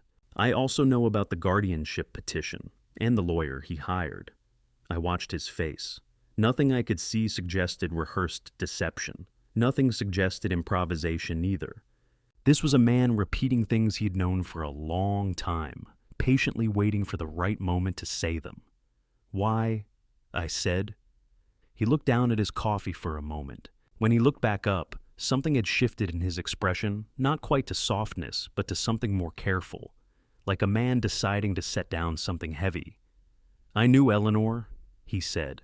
3 words. I don't know how to explain what those 3 words did to the inside of my chest. It wasn't shock, not exactly. Eleanor had a life that extended beyond what I could see of it. She had friends and histories and a whole set of relationships that predated me, and I'd always known that. It wasn't even that the name surprised me coming from his mouth. It was the way he said it. Knew Eleanor, not knew your wife, not I was acquainted with Eleanor Decker. Just her name said, with the quiet weight of a person who means it fully. The way people only speak the names of the dead when the dead actually mattered to them. In the 11 months since Eleanor had passed, a lot of people had said her name. The hospice nurses, her sister calling, from Portland the probate attorney, the neighbors who brought casseroles in January. They had all said her name correctly and kindly and completely without the specific gravity that Cormack Ellery packed into those two syllables in a coffee shop on a Thursday morning. For a moment I couldn't speak. The coffee sat in front of me steaming. The students at the bar were laughing about something. The October light came through the window at the angle that meant it was just past 8. "How?" I said. My voice came out lower than usual. "How did you know my wife?" Cormack looked down at his cup again, both hands around it, not drinking. The pause was long enough that I started to wonder if he was deciding whether to tell me at all. Then he raised his eyes. "She asked me to protect you," he said, "before she died. She asked me to make sure you and Stellin would be safe." His jaw moved slightly, the controlled expression of a man keeping something in check. "She knew something was coming, Mr. Decker. She told me she'd seen the signs, and she was afraid she wasn't going to have enough time to stop it herself. The corner table of Java Brewing on Main Street, Cedar Falls, Iowa. 8:03 in the morning. I sat there with the weight of that landing on me like a second winter. I didn't speak for a long time. Outside the window, a maple leaf came loose from the sycamore across the street and turned over twice before it reached the pavement. Eleanor used to say that autumn was the season of truth, that something about the light in October made it harder for things to hide. Standing on the other side of her death, sitting in a coffee shop I'd never been to before, I was starting to understand what she meant by that. "Tell me everything," I said. My voice surprised me. I'd expected it to come out harder, angrier, the voice of a man who has spent a week watching shadows outside his windows and 2 hours not knowing who was making them. But there was no anger left in it, just the particular exhaustion of someone who has been carrying questions too heavy to set down and is finally willing to let someone else help him understand them. Cormack looked at me for a moment. Then he nodded once and began. He'd met Eleanor 3 years ago through the Cedar Valley United Way, the volunteer coordination group that ran food distribution and senior support services across the county. She'd organized the Thursday morning delivery route for the east side of Cedar Falls. He'd signed on as a driver after retiring from 20 years in private security. They had spent a lot of Thursday mornings in the cab of a cargo van, talking the way people do when they're side by side rather than face to face. And the task in front of them makes honesty easier. I looked at his hands while he talked. Wide across the knuckles, weathered, the kind of hands that belonged to someone who'd spent years working outdoors, or in conditions that didn't allow for comfort. Not dangerous-looking hands. Practical ones. The kind of hands you'd trust to carry something fragile without being told to be careful. I wondered where Eleanor had sat in that van. Whether she'd looked out the passenger window when she talked, or whether she'd looked at him. Whether she'd told him things she hadn't told me. She talked about Prescott, Cormack said. Not right away, over months. Small things first, comments she brushed off, situations she described without quite saying what was wrong with them. She was careful. She didn't want to say it outright until she was certain. He paused. She wasn't certain until 3 weeks before she died. I kept my hands flat on the table. She'd found something, he said. Documents, she called them. She didn't tell me what they were specifically. She said she'd put it all on a drive and she'd be in touch. That was on a Thursday. The following week, she was in the hospital. He set his coffee cup down quietly. I visited her twice before she passed. The second time she gave me the drive. She told me the password was something only you would know. And she told me not to give it to you until Prescott had done something you could see with your own eyes. Something that couldn't be explained away. The petition, I said. That's what I figured, yes. I thought about Eleanor in a hospital bed, handing a USB drive to a man she'd known through Thursday morning van routes and the particular honesty of side-by-side conversations. Making plans for a future she knew she wasn't going to be in. Deciding what Harlan Decker would need and when and from whom, because she knew her husband well enough to know that giving him the information too early would be the same as pulling the pin before he was in the right position. She didn't tell me, I said. It came out flat, not accusatory, just the plain fact of it settling in my chest. She knew you, Cormack said. She said, and this is what she told me, In her words, she said, "Harlan will go straight to Prescott the moment he knows. That's who he is, and I love him for it. But this time, going at Prescott directly will get him killed." The coffee shop hum continued around us. The espresso machine ran a cycle. Someone's phone rang twice and went to voicemail. The ordinary texture of a Thursday morning in Cedar Falls, Iowa, running on top of the most devastating thing anyone had said to me in 11 months. She'd known. Eleanor had spent her last weeks watching Prescott's pattern take shape, documenting what she could, making arrangements with a quiet efficiency that I would have recognized immediately as her particular way of loving people, taking care of things before they became catastrophes. Without announcement, without asking for credit. She'd done it our whole marriage. I just hadn't known that last winter that she was doing it one final time. "She was protecting me," I said. "Right up to the end." Cormack looked at me steadily. "That's what she was doing." I sat with that. It had a different weight than grief, not heavier, not lighter, but differently shaped. Like something you'd been carrying at the wrong angle, and someone had just shifted the load, and suddenly you could feel where it had been pressing on you all along. Cormack reached into the inside pocket of his jacket and set something on the table between us. A USB drive. Small, black, unremarkable, the kind that comes in a 3-pack from a pharmacy checkout display. A small piece of white tape on the side, with 3 letters written in Eleanor's handwriting, HD. I looked at it for a long moment without picking it up. "I don't know what's on it," Cormack said. "She didn't tell me, and I didn't try to find out. It was hers to give and yours to open." I reached out and picked it up, held it in my palm. It weighed almost nothing, which seemed wrong for something that contained whatever Eleanor had needed to say badly enough to arrange it from a hospital bed. "She knew all of it," I said. Not a question. "She knew what was coming, and she didn't tell me." Cormack nodded. I felt my throat tighten in a way that I refused to give ground to. Not here, not in a coffee shop on Main Street on a Thursday morning. I closed my fingers around the drive and put it in the inside breast pocket of my jacket, the left side over my chest, next to the folded paper, with Cordelia's handwritten instructions that I'd forgotten to take out. Eleanor had put me in reach of the truth. She'd just known me well enough to understand that I needed the right moment to be ready to hold it. "There's one more thing you need to know," Cormack said. His voice had changed again. Not softer, but more deliberate, the way a man speaks when he's getting to the thing that has cost him the most to know. I looked at him across the table. "About why Prescott hates you the way he does." I didn't move. Outside, another leaf came down. I thought about Eleanor and autumn and the season of truth. "Tell me," I said. I signaled the server for another coffee. I didn't want it. My stomach had stopped accepting coffee somewhere around the middle of the last hour, and I knew it. But I needed the 2 minutes of the server coming over the cup being set down. The small domestic pause of sugar and spoon. I needed the space that ordinary actions create when the things being said are not ordinary at all. The coffee shop had filled up since we'd sat down.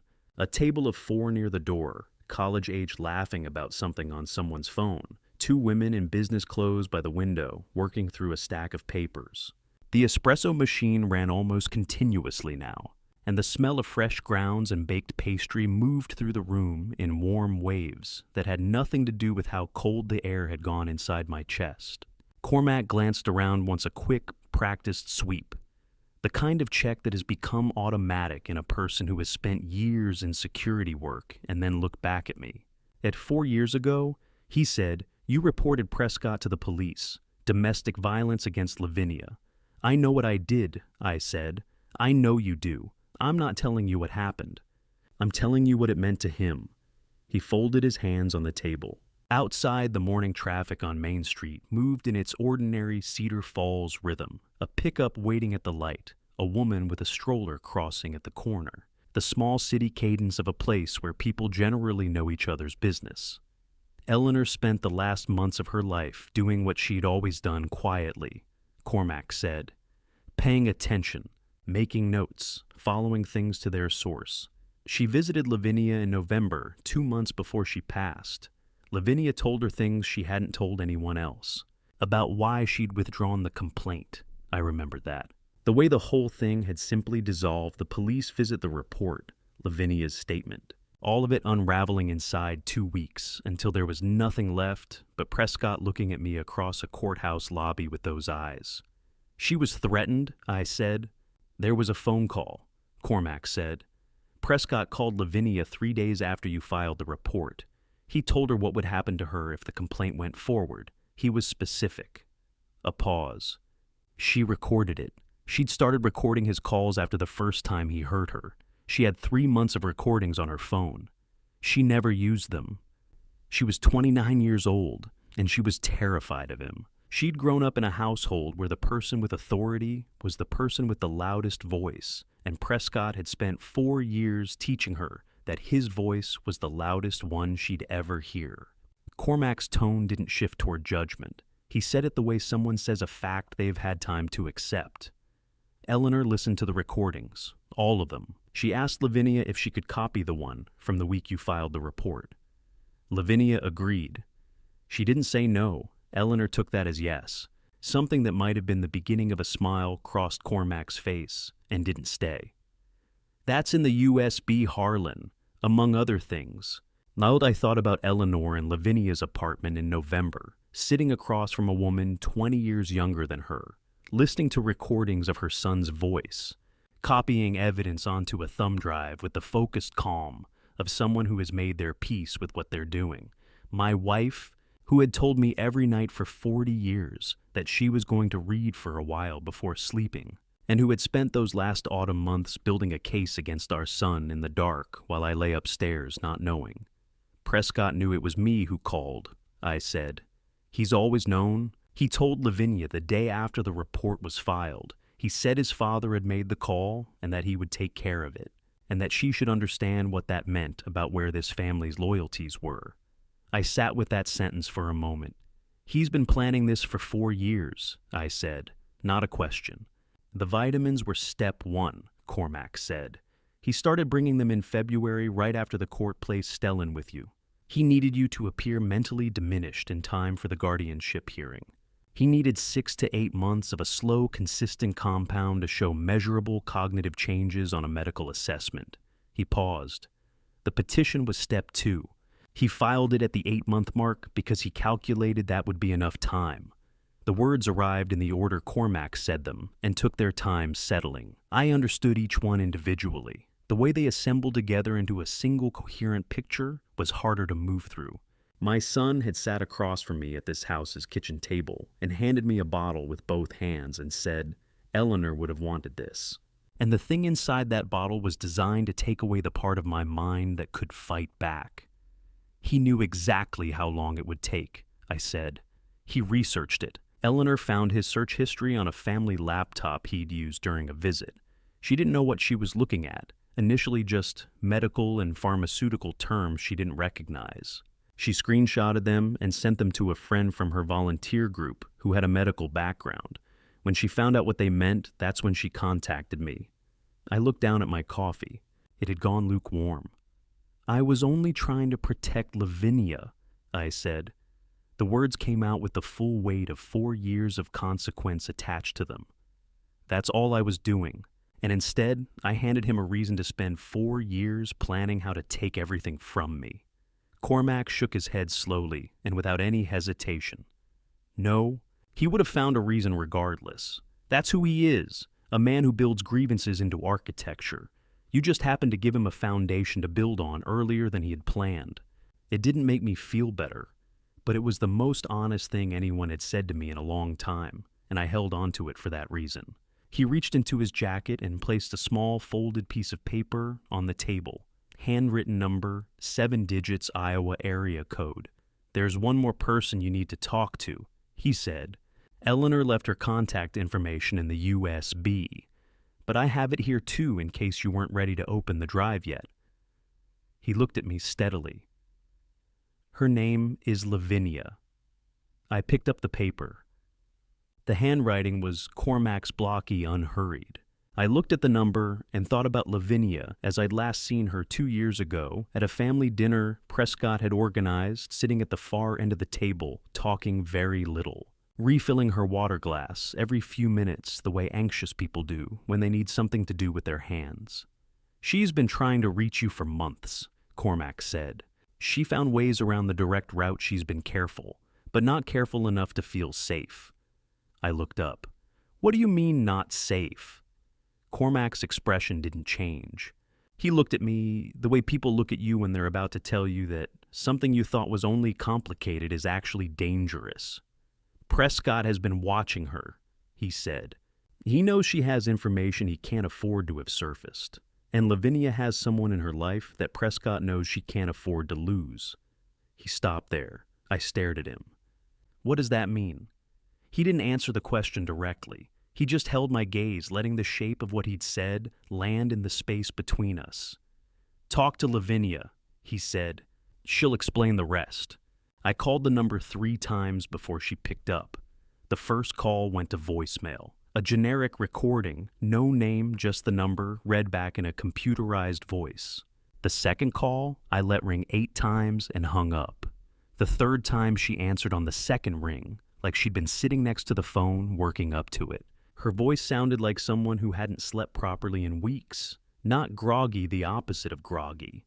The tight, hyper-alert sound of a person who has been waking at small noises and lying rigid in the dark and calling it rest. "Mr. Decker," she said.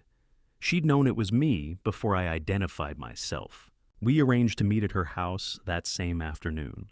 She gave me the address without hesitation, which told me she'd already decided before I called that she would tell me everything if I ever asked. Levvenia was renting a small craftsman house in a quiet section of Waterloo, close enough to Cedar Falls that Stellin could reach her far enough that Prescott didn't pass it on his regular routes.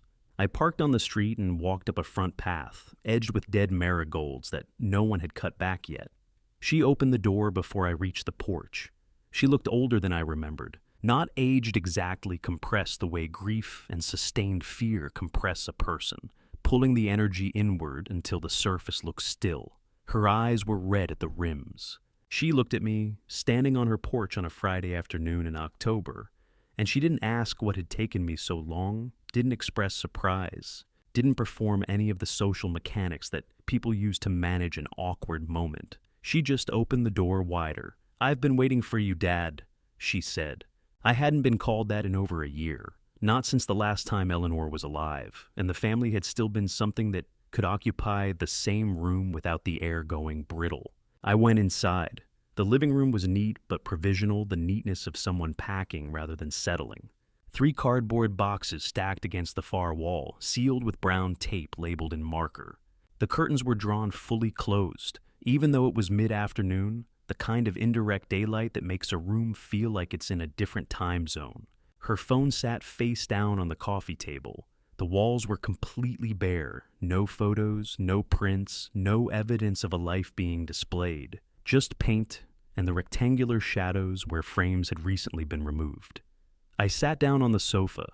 She sat across from me, both hands in her lap, and I waited. "I didn't know where to start," she said. That was part of the problem. I knew so much by the time I was ready to say anything that the whole shape of it was too large to hand to someone all at once. She looked at her hands. So I tried letters. "Tell me about the letters," I said. She'd written the first one in late September, 3 weeks after Cordelia moved in next door to me. Cordelia had reached out to her first through a channel they'd maintained quietly for 4 years, a post office box in Iowa City that Prescott had no knowledge of, opened under a name variation that wasn't quite an alias, but wasn't quite hers either. Cordelia had sent a single postcard. "I'm in Cedar Falls now. It's time." I knew Cordelia from when I finally filed the protection order, Levvenia said. She was the judge who signed it. After the case fell apart and I withdrew my statement, she reached out through her court advocate's office, just a resource list technically, but her personal number was written in the margin. A small pause. I understood what that meant. "She's been your contact this whole time," I said. "She's been the only one I trusted completely, because she was the only one who had no connection to Prescott that he could leverage." Levvenia looked up at me. "I sent 3 letters through her. She passed them to your mailbox directly, no postmark, no return address. I assumed you'd read them. I sat very still, letters in the mailbox, envelopes with no return address that I'd set aside in the kitchen drawer, under the assumption that they were solicitations. Because Eleanor had always handled the mail, and I'd never developed the habit of reading things carefully before deciding they weren't worth reading. I have them, I said. I haven't opened them. Something moved across Levvenia's face that wasn't quite relief and wasn't quite disappointment, just the expression of a person recalibrating.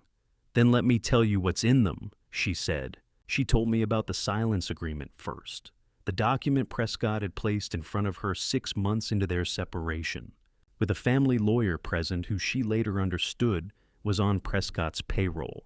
The agreement prohibited her from discussing Prescott's personal conduct, financial activities, or family relationships with any third party. Violation meant immediate suspension of her supervised visitation rights with Stellin, effective within 48 hours of a complaint filing. The legal mechanism was already built. The paperwork was already drafted. She would have signed herself out of Stellin's life with a phone call to a lawyer she'd never met. I signed it, she said. I know how that sounds. You were protecting your time with him, I said. She looked at me for a moment like she was deciding whether to believe that I meant it. Then she nodded. The second thing, she said, Prescott went to Dubuque. He drove there himself. He met my mother at her house. He brought her flowers, which is the kind of thing Prescott does, because he understands that the gesture makes the threat land harder. He told her that if I communicated with you or anyone in your household in any traceable way, he would resurface a property dispute from 15 years ago involving her home. It doesn't matter whether the legal threat was real. She's 73 years old, and she called me afterward, and she was shaking. Levvenia's voice held steady through this, but only barely. I couldn't do that to her. I couldn't.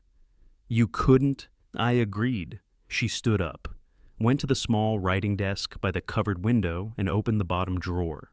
Came back with a manila envelope, legal-sized its clasp, bent from repeated opening and closing. She set it on the coffee table between us.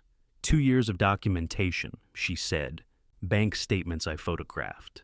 Text messages I screenshotted before he made me change phones.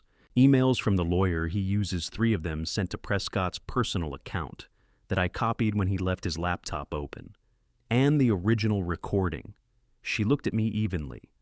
The phone call from 4 years ago, when he told me exactly what would happen if the complaint moved forward. I looked at the envelope. Levvenia, I said, you've been holding this for 2 years. I've been building it for 2 years, she said. There's a difference. She sat back down. I wasn't just surviving Mr. Decker. I was waiting until there was enough to make sure he couldn't walk away from it this time. I thought about Eleanor in November, sitting in this same kind of chair across from this woman, listening to recordings of their son's voice in the dark. 2 women who had decided, without coordinating with each other, to do the same necessary thing in parallel. I love Stellin, Levvenia said quietly. I know I didn't carry him. I know what the legal documents say about my relationship to him. But that boy is my son. He has been since the week I met him. And Prescott using him as a mechanism, as a lever to pull, she stopped, reset. I won't let that stand. Neither will I said. We sat for a moment in the quiet of her curtained-off room. There's one more thing, she said. Her voice changed, not louder, not softer, but with the particular shift in register that happens when someone is approaching the part they have been rehearsing. About Eleanor's will. I went still. What about it? She stood up without answering, walked to the door of the back room. I heard a drawer open, then a pause the length of a person taking a breath and deciding to go through with something. She came back holding a second envelope thicker than the first. The paper softened at the edges from age and handling. Prescott showed me a copy of Eleanor's will 2 years ago, she said. She held it carefully the way you hold something that has already done damage. He was very pleased with himself, more pleased than I'd ever seen him. She set it on the table in front of me and didn't let go of it immediately. But the more I thought about what was in it, and the more I understood about who Eleanor was, I think what he showed me and what Eleanor actually wrote are two very different things. The envelope sat between us on the coffee table. I looked at it. I stared at the envelope on the coffee table. Levvenia didn't sit back down. She moved to the window and stood with her back to the room, looking out through the gap at the edge of the drawn curtain, at the dead marigolds and the empty street, like she had already lived through this moment and didn't need to watch it again. I opened the envelope. 2 documents inside. I laid them side by side on the table. The first one I recognized. I had seen it, or something identical to it, in the office of a probate attorney in January, 6 days after Eleanor's funeral, when I had sat across from a man in a gray suit and tried to track what he was saying through the particular numbness that had moved in and set up residence somewhere between my ears. The layout, the font, the way the paragraphs were structured, familiar. The second document was different. Same paperweight, same general format. But the notary seal in the lower right corner came from a different office. The signature block used a different attorney. And the date at the top was 3 months earlier than the first. Eleanor had signed both. Her handwriting was unmistakable to me, the slight leftward lean she had developed in her 20s and never corrected. The way her capital H had a small loop that shouldn't have been there by the rules, but was always there anyway. Both signatures were hers, but they were not the same document. I read the second one slowly. The assets were straightforward: the house on Maple Grove, the savings, the small investment account she had maintained quietly for 15 years. All of it to me in full, which was not different from what the first document said. But there was a section in the second document that was not in the first. A single paragraph formatted as a specific exclusion clause. Prescott Allen Decker is expressly and irrevocably excluded from guardianship of Stellin Decker under any circumstance, and from any fiduciary role pertaining to Stellin Decker's care assets, or legal standing. This exclusion is made with full legal awareness and for reasons known to the undersigned. I read that paragraph twice. Then I put the document down on the table and covered my face with my hands. I'm 71 years old, and I have spent most of that time under the working assumption that a man who needs to compose himself should do so privately, or at least quietly. But there is a particular kind of grief that doesn't ask your permission before it arrives, and sitting in Levvenia's curtained living room on a Friday afternoon in October, reading the last deliberate act of my wife's intelligence and love written out in her slightly irregular H's, I did not have the resources to manage it neatly. Eleanor had known. She had sat somewhere in the last months of her life, sick, exhausted, watching Prescott from a distance and understanding exactly what he was, and she had found a different attorney, in a different office in a different county, and she had written the truth of what she knew into a document that was supposed to protect Stellin and me after she was gone. And then that document had been replaced by something that didn't contain any of it. I felt Levvenia's hand come to rest on my shoulder. She didn't say anything. She just stood there, which was the right thing to do. After a minute, I took my hands away from my face and picked up both documents and stood up. "I need Cordelia to look at these," I said. Levvenia nodded. "I know." We drove separately. Cordelia opened her front door while I was still crossing the yard, which had become a pattern I'd stopped being surprised by. She looked at my face, then at the documents in my hand, and stepped aside without comment. Her home office was at the back of the house, a room I hadn't been in before. Bookshelves on 3 walls, a wide desk with good light, a magnifying glass, and a set of reading glasses on a stand beside the lamp. The desk of a person who reads documents professionally and has never stopped thinking of herself that way. She laid both pages flat under the desk lamp and studied them for a long time without speaking. I stood on one side of the desk. Levvenia stood on the other. The room was very quiet. The notary seal on the version you received at probate, Cordelia said finally, belongs to an office that closed 18 months ago. The ink dating is inconsistent. The signature block shows chemical composition that postdates the printed date by approximately 4 to 6 months. She straightened up and looked at me directly.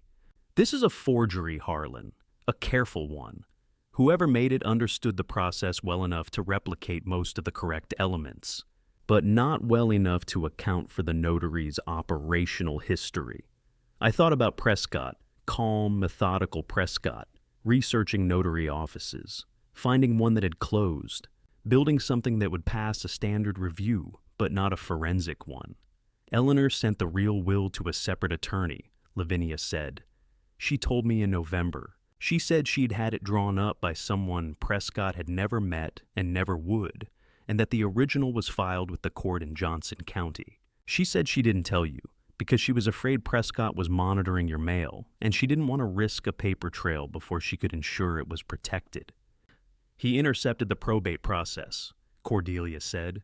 It would have required someone on the inside, a contact in the attorney's office, or access to the estate correspondence before it reached you. Not impossible for someone who spent months planning. She picked up the authenticated document and held it carefully. The original filing in Johnson County will still exist. Court records of this kind cannot simply be removed. Detective Garrison will be able to pull it through proper channels. I registered the name Garrison Whitmore, the detective Cordelia had mentioned once before, briefly in a context I hadn't fully processed until now. I filed it and moved on. "What do we have now?" I said, not a question exactly, taking inventory. The authenticated will, Levvenia's documented evidence, the recordings, the financial records, the correspondence. The security camera footage. Cordelia set the document down and looked at me. But to arrest him, Garrison will need the kitchen footage, specifically footage of Prescott handling the vitamin bottles, showing him substituting them or introducing the supplement with clear timestamp evidence. She paused. The camera angle on your counter will cover it. I thought about Cordelia's hands adjusting that bracket. 10 degrees. The field of view taking in the full length of the counter from the sink to the far wall. I had not thought anything of it at the time. I thought something of it now. My phone was face down on the corner of Cordelia's desk, where I had set it when we spread the documents out. The screen lit up. I could see from the angle that it had lit up more than once in the past 20 minutes. Cordelia noticed before I did. She looked at the screen, and her expression shifted slightly, a fractional tightening around the eyes that, on her face, constituted urgency. "Harlan," she said, "that's Unity Point Medical. They've been trying to reach you since this morning." She looked up at me. "They say it's urgent." I looked at Cordelia. I looked at Levvenia. I looked at my phone on the corner of the desk, lit up with a missed call notification from a number I recognized as the clinic, where I'd had my blood work done 3 weeks ago. The vitamin bottle. The notebook in the kitchen drawer with its careful list of dates. The morning I'd stood in the upstairs hallway and lost the thread of why I'd gone up there.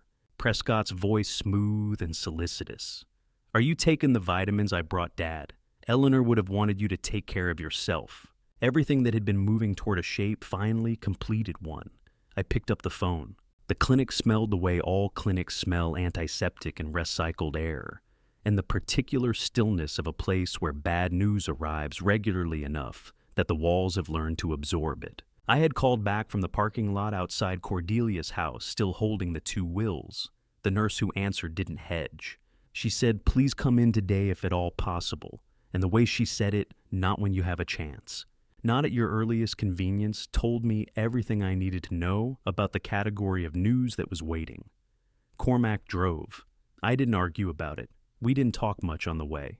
Unity Point Medical on Brandolin Boulevard was quiet at 4 in the afternoon, the rush of morning appointments done the evening hours not yet begun. A receptionist checked me in and walked me back without the usual waiting room interval, which told me the urgency had been communicated clearly down the line. Doctor. Raymond Howell was a man in his mid-50s, methodical and careful, the kind of doctor who has delivered enough difficult information to understand that the delivery matters as much as the content. He shook my hand when I came in. He gestured to the chair across from his desk. He sat down, placed a manila folder on the blotter in front of him, and looked at me for a moment before he touched it. "Mr. Decker," he said, "I'd like you to take a breath before I show you what's here." I looked at him steadily. "Show me." He opened the folder. The report was 3 pages. The first page was standard blood work, the panel I had drawn 3 weeks ago at the routine checkup I scheduled every October, the same one I'd had every October for the past 15 years. Most of the markers were what they always were for a man my age in reasonable health. But at the bottom of page 2, a flag section, a referral notation, and clipped behind it a secondary report from a toxicology subspecialty lab in Iowa City dated 4 days ago. Your standard panel came back with an anomaly, Dr. Howell said. A compound that doesn't appear in routine metabolic screening because we're not typically looking for it. But some of your markers were inconsistent with normal aging patterns, and I sent a broader panel for evaluation. He paused. What they found is a synthetic compound. Rare. It's not produced naturally by the body, and it has no legitimate therapeutic application at the concentration levels we found in your bloodstream. The fluorescent light above the desk hummed very faintly. Somewhere down the corridor, a door opened and closed. In small doses administered consistently over time, he continued, this compound produces a symptom profile that closely resembles early-stage cognitive decline, forgetfulness, difficulty with focus and word retrieval, fatigue, occasional mood dysregulation. He held my gaze. Mr. Decker, this substance does not appear in the body accidentally. Someone has been introducing it to your system deliberately. The room didn't move. I didn't move. How long? I asked. My voice surprised me steadier than it had any right to be. Based on the accumulation levels in your blood work, approximately 8 months. 8 months. I sat with that number and felt it align. February 2024. The month the court finalized Stellin's placement in my home, and the month Prescott had appeared at my door with a bag from a health food store and a wide practice smile.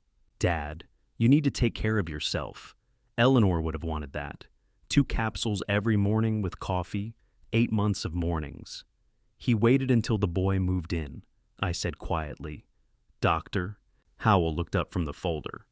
I'm sorry. Nothing. I shook my head. Please continue. Imai explained the medical steps forward, a full detox protocol, additional monitoring, a specialist referral in Des Moines.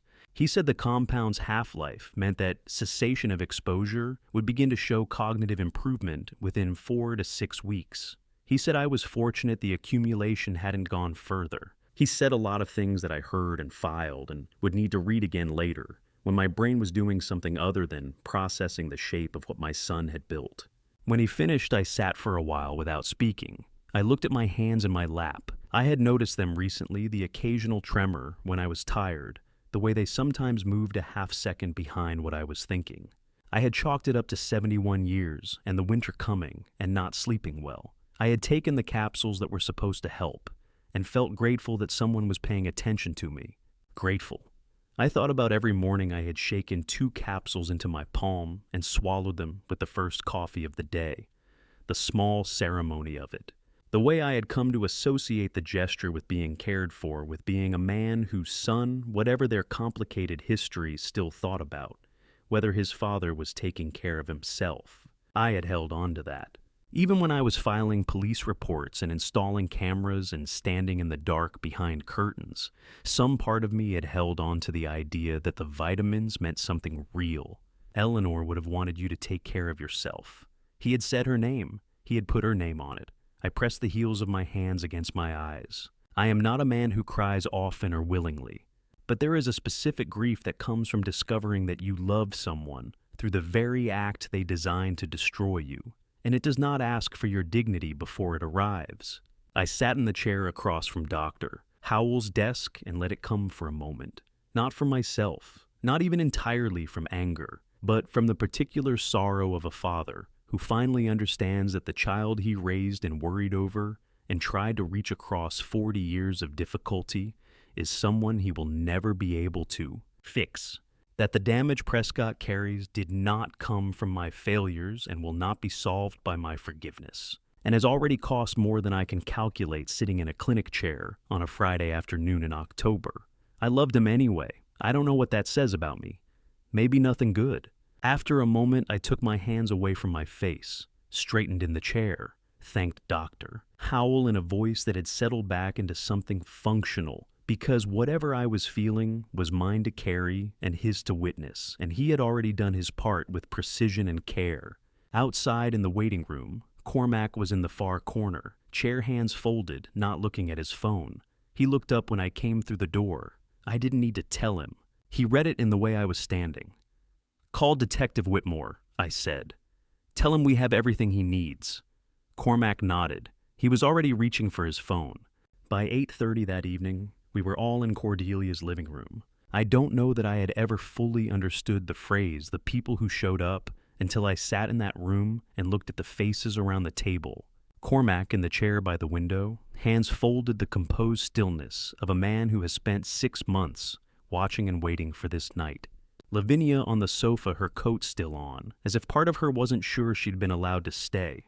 Cordelia at the head of the table, a pot of tea no one had touched yet, steaming gently in the center, and Detective Garrison Whitmore, 45 years old, in a gray suit that had been worn through a long day and showed it, setting a laptop on the table with the unhurried efficiency of a man who has run enough of these conversations to know that the room needs a moment to settle before it can absorb what's coming. He looked around once, met each set of eyes briefly without performance. "All right," he said, "let me show you what we have." I looked at the faces around that table and thought about Eleanor, about how she had set this in motion from a hospital bed, arranging people she trusted into positions she calculated they would need to occupy. Cormack, who had kept his post for 6 months without acknowledgement. Cordelia, who had packed her boxes and driven to Cedar Falls and installed herself next door with the quiet purposefulness of a woman who knew exactly what she was walking into. Levvenia, who had spent 2 years documenting a man she was still legally afraid of. Eleanor had not misjudged a single one of them. Garrison opened the laptop and turned the screen so the room could see. The footage was time-stamped, clear the camera angle taking in the full length of my kitchen counter from the coffee maker to the far wall. "3rd Saturday in September," Garrison said. Prescott Decker's second visit to the residence after Stellin's placement. He clicked play. The footage showed Prescott entering the kitchen, relaxed, familiar with the space, moving to the counter, with the ease of a man in his own territory. He set a paper bag down, reached inside, took out a new vitamin bottle, and then, with the unhurried deliberateness of someone who had done this before and was not concerned about being observed, he picked up the existing bottle from the counter, placed the new one in its position, and put the original in the paper bag. He spent 11 seconds on the exchange. Then he called toward the back of the house in a cheerful voice, asking if Stellin wanted to kick the soccer ball around. The room was completely silent. "He did it twice," Garrison said. "Same process. 3rd Saturday of September, and again in mid-October, 4 days before Mr. Decker's blood draw." He closed the laptop. That footage, combined with the toxicology report from Unity Point and the medical analysis of the compound's accumulation rate, gives us documented evidence of deliberate poisoning with premeditation. It is sufficient for an arrest warrant. It is more than sufficient for prosecution. Levvenia pressed both hands over her face. The sound she made was short and quiet, the sound of someone who has been holding their breath for 2 years and has just been given permission to let it go. Cormack turned to look out the window. His jaw was set. He didn't say anything. He didn't need to. Cordelia sat with both hands flat on the table, her expression the controlled steadiness of a woman who has presided over more catastrophes than most people will ever witness, and who has learned that the moment of revelation is not the moment to fall apart. That comes later privately in the kitchen, at 2 in the morning when no one is watching. The scratch on the back door lock. Garrison continued, giving the room a moment before he moved on. Our forensics unit examined it. It was made deliberately from inside the residence using a blade tool. The angle and pressure profile are consistent with someone creating the mark intentionally rather than incidentally. He looked at me. "He made it himself, Mr. Decker, during a visit.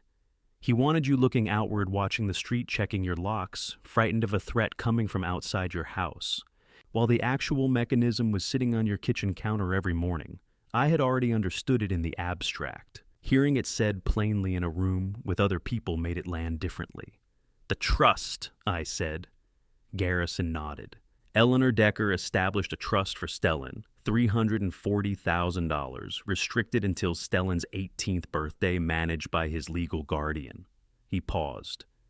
"With a forged will positioning Prescott as the likely guardian candidate, and a successful guardianship petition supported by falsified evidence of your cognitive decline, Prescott would have controlled that trust, in addition to the estate assets and the property. He let that sit for a moment. He was also paying someone to monitor the household. We've identified the individual. They've agreed to cooperate in exchange for reduced charges. 6 months of behavioral observation, reports on both you and Stellin, specifically documenting your emotional responses to the child. He was mapping your psychological pressure points. Levvenia lowered her hands. Her eyes were dry now, the way eyes go dry after they've already done what they needed to do. He never cared about Stellin, she said. It wasn't a question. It was the final closing of a door she had been holding open for years, just in case. No, Garrison said, not unkindly. The room absorbed that. I sat with my back straight and my hands on the table in front of me. I thought about a 6-year-old boy upstairs in a house on Maple Grove, asleep with his teddy bear, dreaming whatever 6-year-olds dream when the adults around them are quietly dismantling a trap that was built to use him. He did not know. He would need to know some version of it eventually in the careful language that child specialists use to tell children the parts of the truth that are theirs to carry, but not tonight. "What's next?" I asked. Garrison looked at me with the directness of a man who respects a question that gets to the point. "We end this," he said. "I'm filing for the warrant tonight." He closed his laptop and picked it up, stood, straightened his jacket, and moved toward the hallway. At the doorway, he stopped. "One more thing." He turned back. His voice had shifted, still professional, but with the weight of something operational behind it. "We need Prescott to have no indication that we know anything. For the next 48 hours. No contact with him, no changes in routine, that he might notice nothing that gives him reason to move assets or leave the state." He looked around the room. "Can everyone in this room do that?" The 4 of us looked at each other. 48 hours. I nodded first. Those 48 hours were the slowest of my life. I mean that precisely. Not the weeks after Eleanor died, not the morning I sat in a probate attorney's office reading a will that wasn't hers. Those were devastating in their own right. But the 2 days between Garrison leaving Cordelia's living room and the Monday that followed had the quality of time that simply refuses to move. I went through the ordinary motions, meals, school drop-off, telling Stellin everything was fine. I don't think I lied to him. Everything was going to be fine. It just wasn't fine yet. Monday came in cold and clear. I was up before 5:30 without the alarm, lying in the dark, listening to the house settle around me. Quiet upstairs. Stellin still asleep. I got up, went to the kitchen, and picked up an apple from the bowl. I cut it into rabbits. The blade moved cleanly, steadily, following a path my hands had memorized across 47 years of breakfasts and one particular September morning that felt like a different lifetime. And when I set the knife down and looked at the 12 small shapes arranged on Stellin's blue plate, I noticed something that stopped me. My hands were not shaking. For the first time in 8 months, they were entirely unambiguously still. Stellin came down at 7:15 hair, flattened from sleep, and stopped when he saw the plate. "Grandpa, you look different today." I smiled at him across the counter. "I feel different, buddy." And that was the truth. At 8 o'clock that morning, Detective Garrison Whitmore and 2 uniformed officers entered the offices of Whitfield and Associates on College Street. Prescott was in a conference room. He stood when they came in, listened to the charges being read, and submitted to the handcuffs with the composure of a man who had already decided how he was going to carry himself through whatever came next. Before they walked him out, he looked directly into the security camera above the conference room door and smiled, thin, brief, entirely self-contained. The smile of a man who has not yet decided to be afraid. Garrison told me about the smile afterward. I was glad I hadn't been there to see it in person. The initial appearance was held at Black Hawk County District Court in Waterloo that same afternoon. 3 months later, in February, the trial began. I sat in the second row with Cormack to my left and Cordelia to my right in a room that smelled of wood polish and institutional carpet and the accumulated weights of a great many difficult days. Cordelia presented the documentation, first the 11-year-old fraud case, the insufficient evidence finding the victim's original testimony. Her voice in that room was steady and precise, the voice of a woman who has spoken before judges and has never confused composure with indifference. Levvenia was called to the stand. She walked to the box in a dark green coat, sat down, folded her hands, and spoke. The first sentence trembled. The second did not. By the third, she was clear, answering each question with the exactness of someone who has been rehearsing the truth for 2 years and has finally been given the right room for it. She described the call, the threat, the recording, the silence agreement, the drive to dubuque her mother's voice afterward on the phone, shaking. She did not look at Prescott once. Cormack confirmed Eleanor's instructions. Brief, exact, unhesitating. The account of a man who made a commitment and honored it without deviation. Dr. Howell presented the toxicology findings: compound identification, accumulation, rate 8 months of consistent exposure. He used the phrase intentional poisoning with premeditation twice. The second time, someone in the gallery made a sound and then went quiet. Then the kitchen footage played. 11 seconds. Prescott at my counter swapping the vitamin bottle with the ease of someone who had done it before and expected to do it again. His hand on the new bottle, setting it exactly where the old one had been. His voice calling down the hallway, cheerful, unhurried, warm. The courtroom was completely still. At some point, Prescott turned in his seat and found me across the room. We looked at each other without speaking long enough that it required a decision to hold, not to slide away. His mouth moved slightly, not the smile from the security footage, something smaller, something that said he had already reclassified the situation into whatever internal category let him remain undisturbed by it. For the first time in 71 years, I did not look away. The judge called a recess at 1:45. Court will resume at 2 o'clock.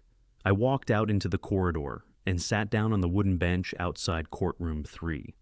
Closed my eyes. The hallway noise moved around me. Footsteps, a distant phone, the muffled sound of another proceeding somewhere down the hall. Then a hand settled on my shoulder. Cormack sat down beside me. He didn't say anything.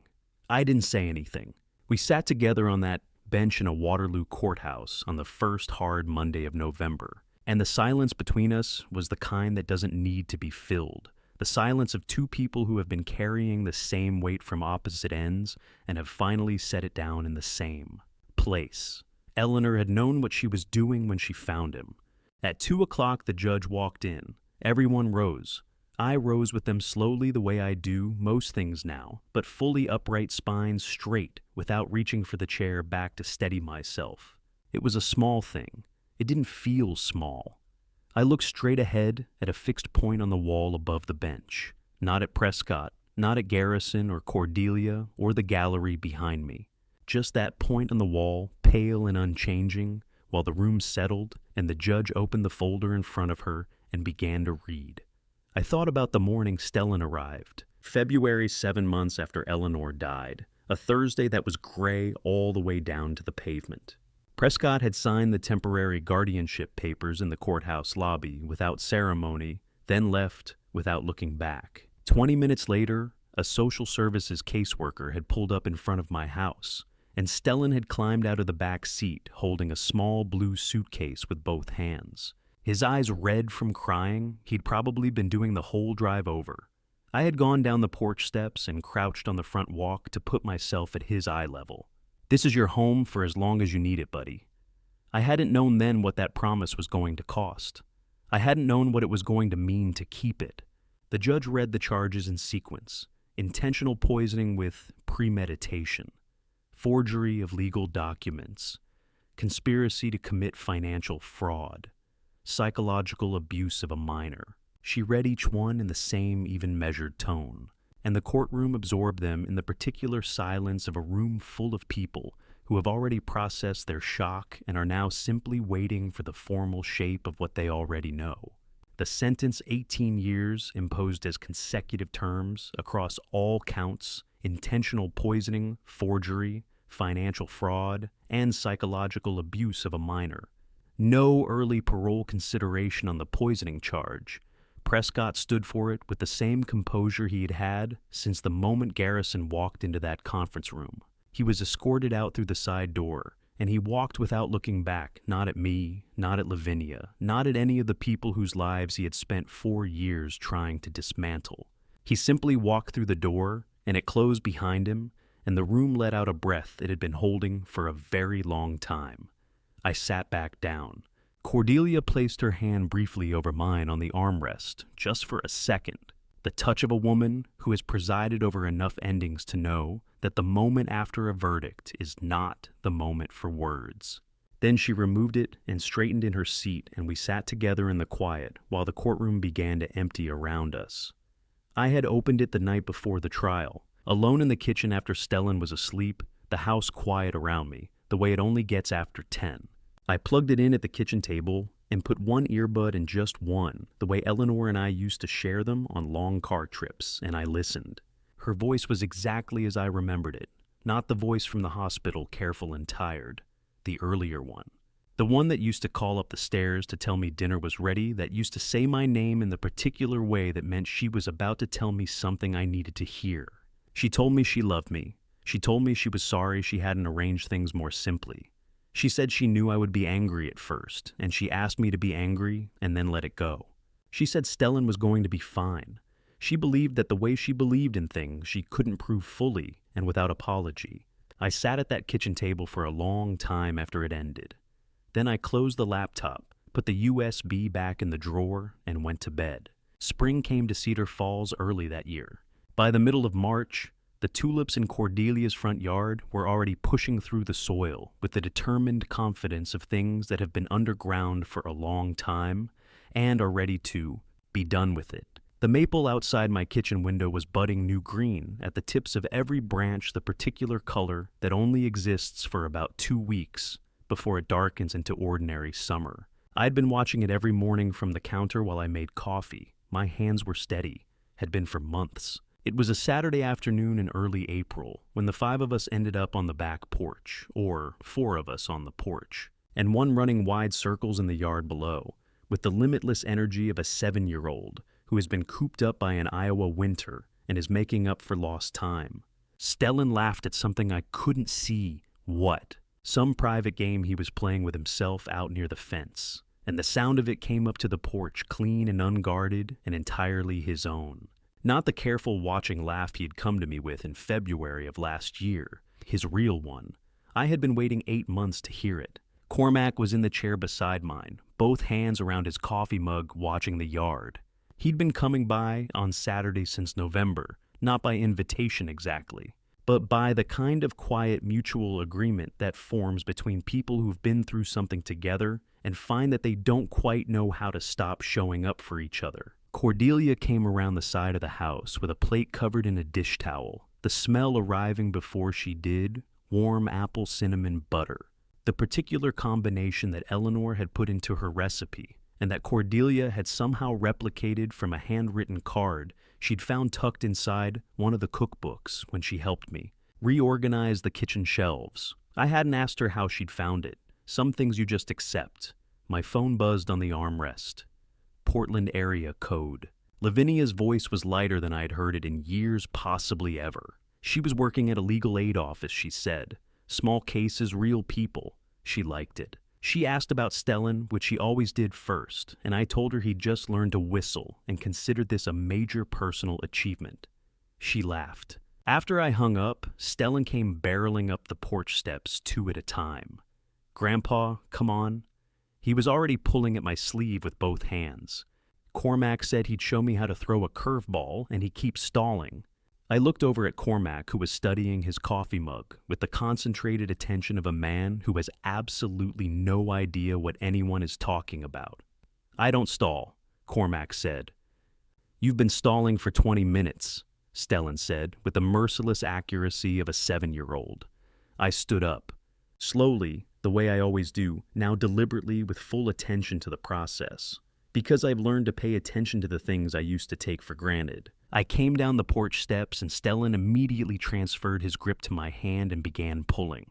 I looked up. The sky above Cedar Falls was the particular blue of an early Iowa spring, washed clean by the last of the winter, and not yet hazed by summer heat. The tulips in Cordelia's yard threw short shadows on the new grass. Somewhere in the house behind me was a kitchen drawer with a small black USB drive in it, labeled in Eleanor's handwriting, waiting for a day when I needed to hear her voice. She was in there. She would always be in there whenever I needed her. She had known all of it. She had always known. Stellin pulled harder, and I smiled the full, uncomplicated kind and let him lead me out into the yard. I never thought my family story would end like this. An old man of 71 sitting on a porch in the spring sunshine, watching his grandson laugh after everything that tried to take that moment away from us. Family betrayal doesn't always come from strangers. Sometimes it walks through your front door, wearing your son's face and carrying a gift bag. I know that now. I learned it the hard way. So let me say what I wish someone had told me sooner. Don't do what I did. Don't let love blind you. Don't let loyalty silence your instincts. Every family betrayal begins the moment we stop paying attention to the small things that don't feel right. I'm not a preacher, but I believe God places the right people beside us exactly when we need them most. Cormack, Cordelia, Levvenia, none of them shared my blood. All of them saved my life. That's my family story, and my personal truth family is not who you're born to. Family is who stays. Every family story deserves to be told. If this one reached you, leave a comment and share it with someone who needs to hear it. Subscribe so you never miss what comes next. We read every single one. Thank you for staying until the very end. A gentle reminder, upcoming stories contain some fictional elements crafted purely for reflection and awareness. If that's not your preference, feel free to step away and choose content that better suits you. No judgment here.